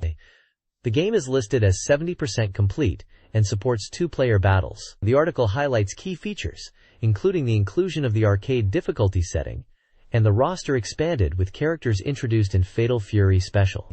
It teases specific character animations, showcasing Tung Fu Ru's signature move and Mei Shiranui's lively victory animation. The page also displays a selection of impressive winning pose visuals for a large cast of characters, including Terry and Andy Bogard, Joe Higashi, Mai Shiranui, Duck King, Billy Kane, Axel Hawk, the boss characters Geese Howard and Wolfgang Krauser, and even a guest appearance from Ryo Sakazaki from Art of Fighting. This page features the B-Mega Secret Technique League column, which is currently concluding, but promises continued MegaDrive coverage as the focus shifts to the Saturn. The column reveals secret techniques for several fan-favorite titles. For Contra Hardcore, it describes how to access a stage select option and even start the game with an impressive 70 lives by inputting specific button sequences on the second player controller at the title screen. Panorama Cotton is highlighted with 2 secrets: a Life Up X2 mode, achieved after clearing a stage by holding start and pressing up, down, and a quirky So What mode unlocked after achieving a very high score and clearing the final stage, which swaps the appearance of the main characters Silk and Cotton. Lastly, for the Sega CD version of Virtua Fighter, the page explains how to unlock a rank certification mode from the title screen by entering a combination of directional and button presses. These secrets offer new ways to experience these classic games. This page focuses on secrets for Langrisser 2. It features a reader question asking for the locations of all hidden items and classes in each scenario. The response confirms that a significant number of questions revolve around hidden classes, items, and scenarios, and this feature aims to consolidate that information for players looking to fully enjoy the game. The main content is a hidden item scenario list, detailing which hidden items can be found in specific scenarios and how to obtain them, usually by moving a character to a precise coordinate on the map. For example, in Scenario 2, the speed boots are found at coordinates 1221, and the Great Sword is obtained by keeping all NPC commanders alive until the scenario is cleared. Hidden items range from equipment like the Assault Suit and Holy Rod to key items like runestones. Some scenarios also reveal conditions to unlock hidden scenarios or achieve specific outcomes. The page provides a comprehensive guide for players seeking to uncover everything Langrisser 2 has to offer. The screenshot shows a character's status screen, displaying equipment and stats, likely related to the items discussed. This page delves deep into the secrets of Langrisser 2, focusing on unlocking hidden potential and challenging extra content. At the top, you'll find a comprehensive list detailing the hidden classes available for various commanders, showing the prerequisite class needed to access these powerful promotions for characters like Elwyn, Jessica, and Liana. Below, the page outlines the requirements for accessing the 4 elusive hidden scenarios in the game.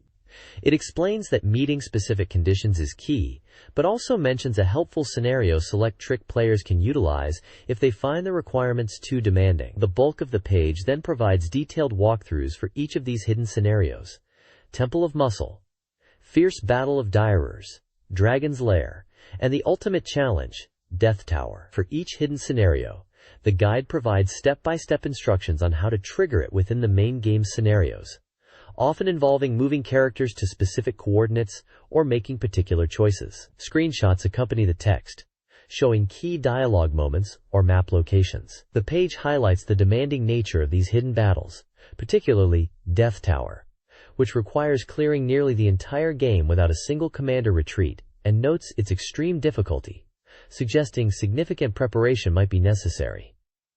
It's a fantastic resource for players looking to uncover every secret and truly master Langrisser 2.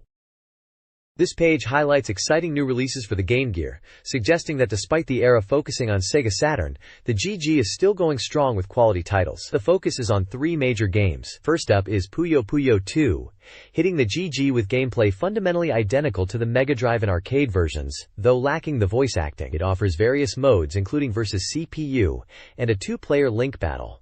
The article notes the character roster is extensive, matching the MD version. Next is Magic Knight Rayearth, presented as a highly anticipated RPG, following the success of Sailor Moon in the same magazine. The reviewer found the content surprisingly substantial, not just a simple character-based game, describing it as an easy-to-play RPG suitable for girls. The page also mentions a limited edition Game Gear bundle tie-in. Finally, Bishoujo Senshi Sailor Moon Seats is featured. Though the release date and price were TBD, this action game is based on the popular anime/manga. It includes standard action stages and various minigames, aiming to appeal to young female fans. The completion percentage was listed as unknown, adding a bit of mystery. Overall, the article implies GG fans have great new games to look forward to, perhaps buying them all.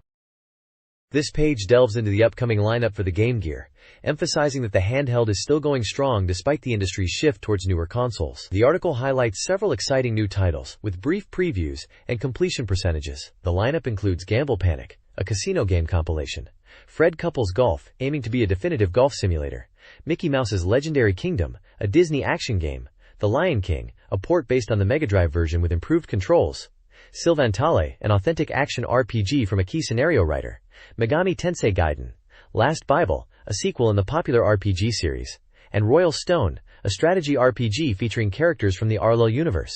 The page also features a Game Gear Hotline Final Special, a retrospective on the magazine's coverage of the Game Gear's history, divided into different periods from its launch to its later years. This section includes photos of past articles and events.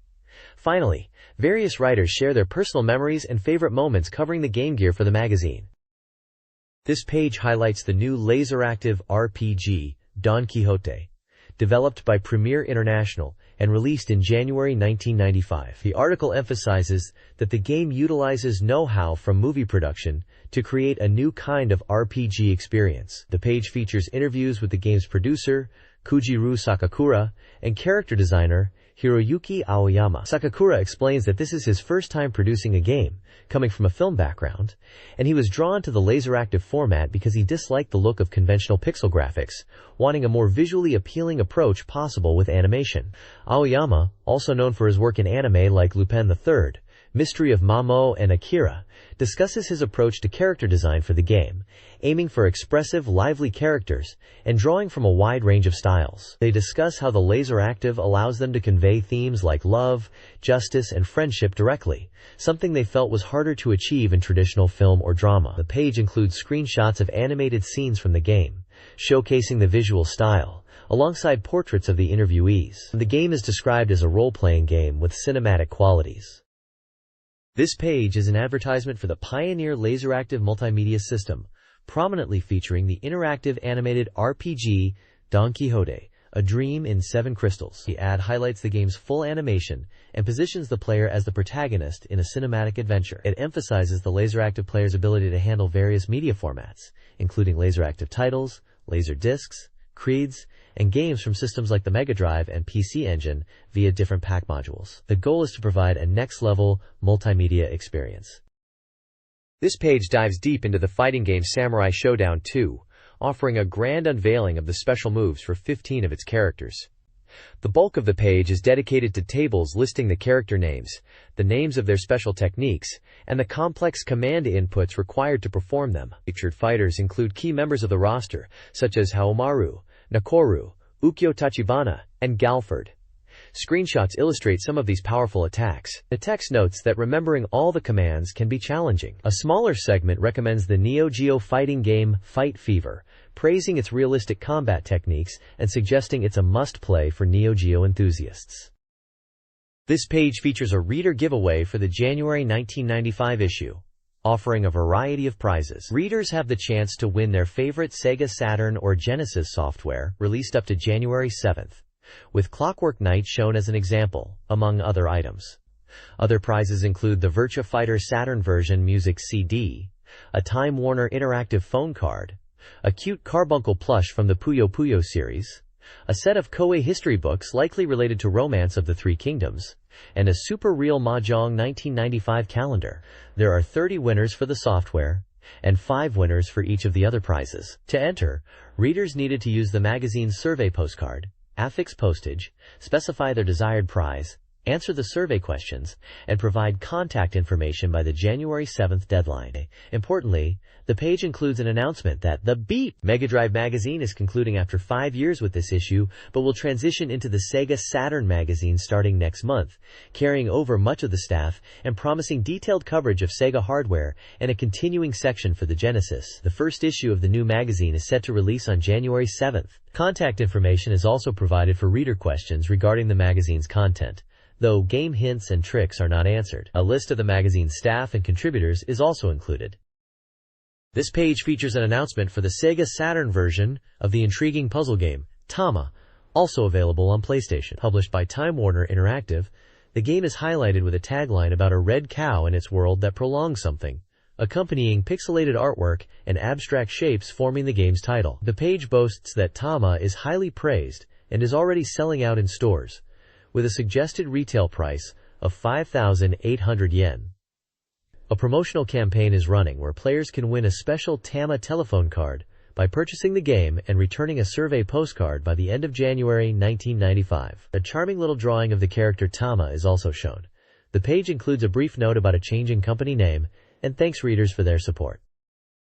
This page kicks off with a lively exclamation, seemingly bringing happiness, while also humorously pondering its connection to the ongoing recession. It features updates on Time Warner Interactive releases, including a brief mention echoing the previous page about the PlayStation version of Tama being highly praised and selling out. The main focus, however, is on groundbreaking polygon racing games. We see announcements for both Race Drive-In and Virtua Racing, both hailed here as originators of their respective polygon genres. Race Drive-In, the arcade driving simulator from Atari Games, is slated for release on both Sega Saturn and PlayStation, though release dates and prices are currently undecided. Virtua Racing, Sega's iconic polygon racer, is announced for the Sega Saturn, also with its release details yet to be confirmed. It's interesting to see Time Warner Interactive, the former Tenjin, involved in publishing these titles, linking their Atari heritage, race driving, with Sega's Polygon pioneer, Virtua Racing. Screenshots of both games in development are featured alongside the announcements. This page features a prominent advertisement for the Sega Mega Drive action RPG, Beyond Oasis, known in Japan as the story of Thor, a successor of the light. The striking artwork depicts the hero, Ali, alongside a spirit companion and various powerful elemental creatures he can summon, hinting at the game's core mechanic. Large text highlights the exciting, powerful battles enabled by spirit summoning. The accompanying text describes the game as the 7th installment in the Mega Role-Playing Project series, focusing on its visually impressive and action-packed gameplay. The story revolves around the discovery of a legendary gold armlet and a mysterious individual possessing the silver armlet, setting the stage for a new legend woven by these two items. The game boasts immersive visuals, action, and a new TID, high-speed transfer, system, contributing to its significant popularity. It's noted that the game design and sound were handled by the esteemed Yuzo Koshiro's team at Ancient. Screenshots showcase the game's detailed top-down perspective and combat against mythical creatures like dragons. The game was set for release on December 9th at a price of 8,800 yen. The page also includes a small advert for the Mega Drive console and the Super 32X attachment, which upgrades the Mega Drive to 32-bit power.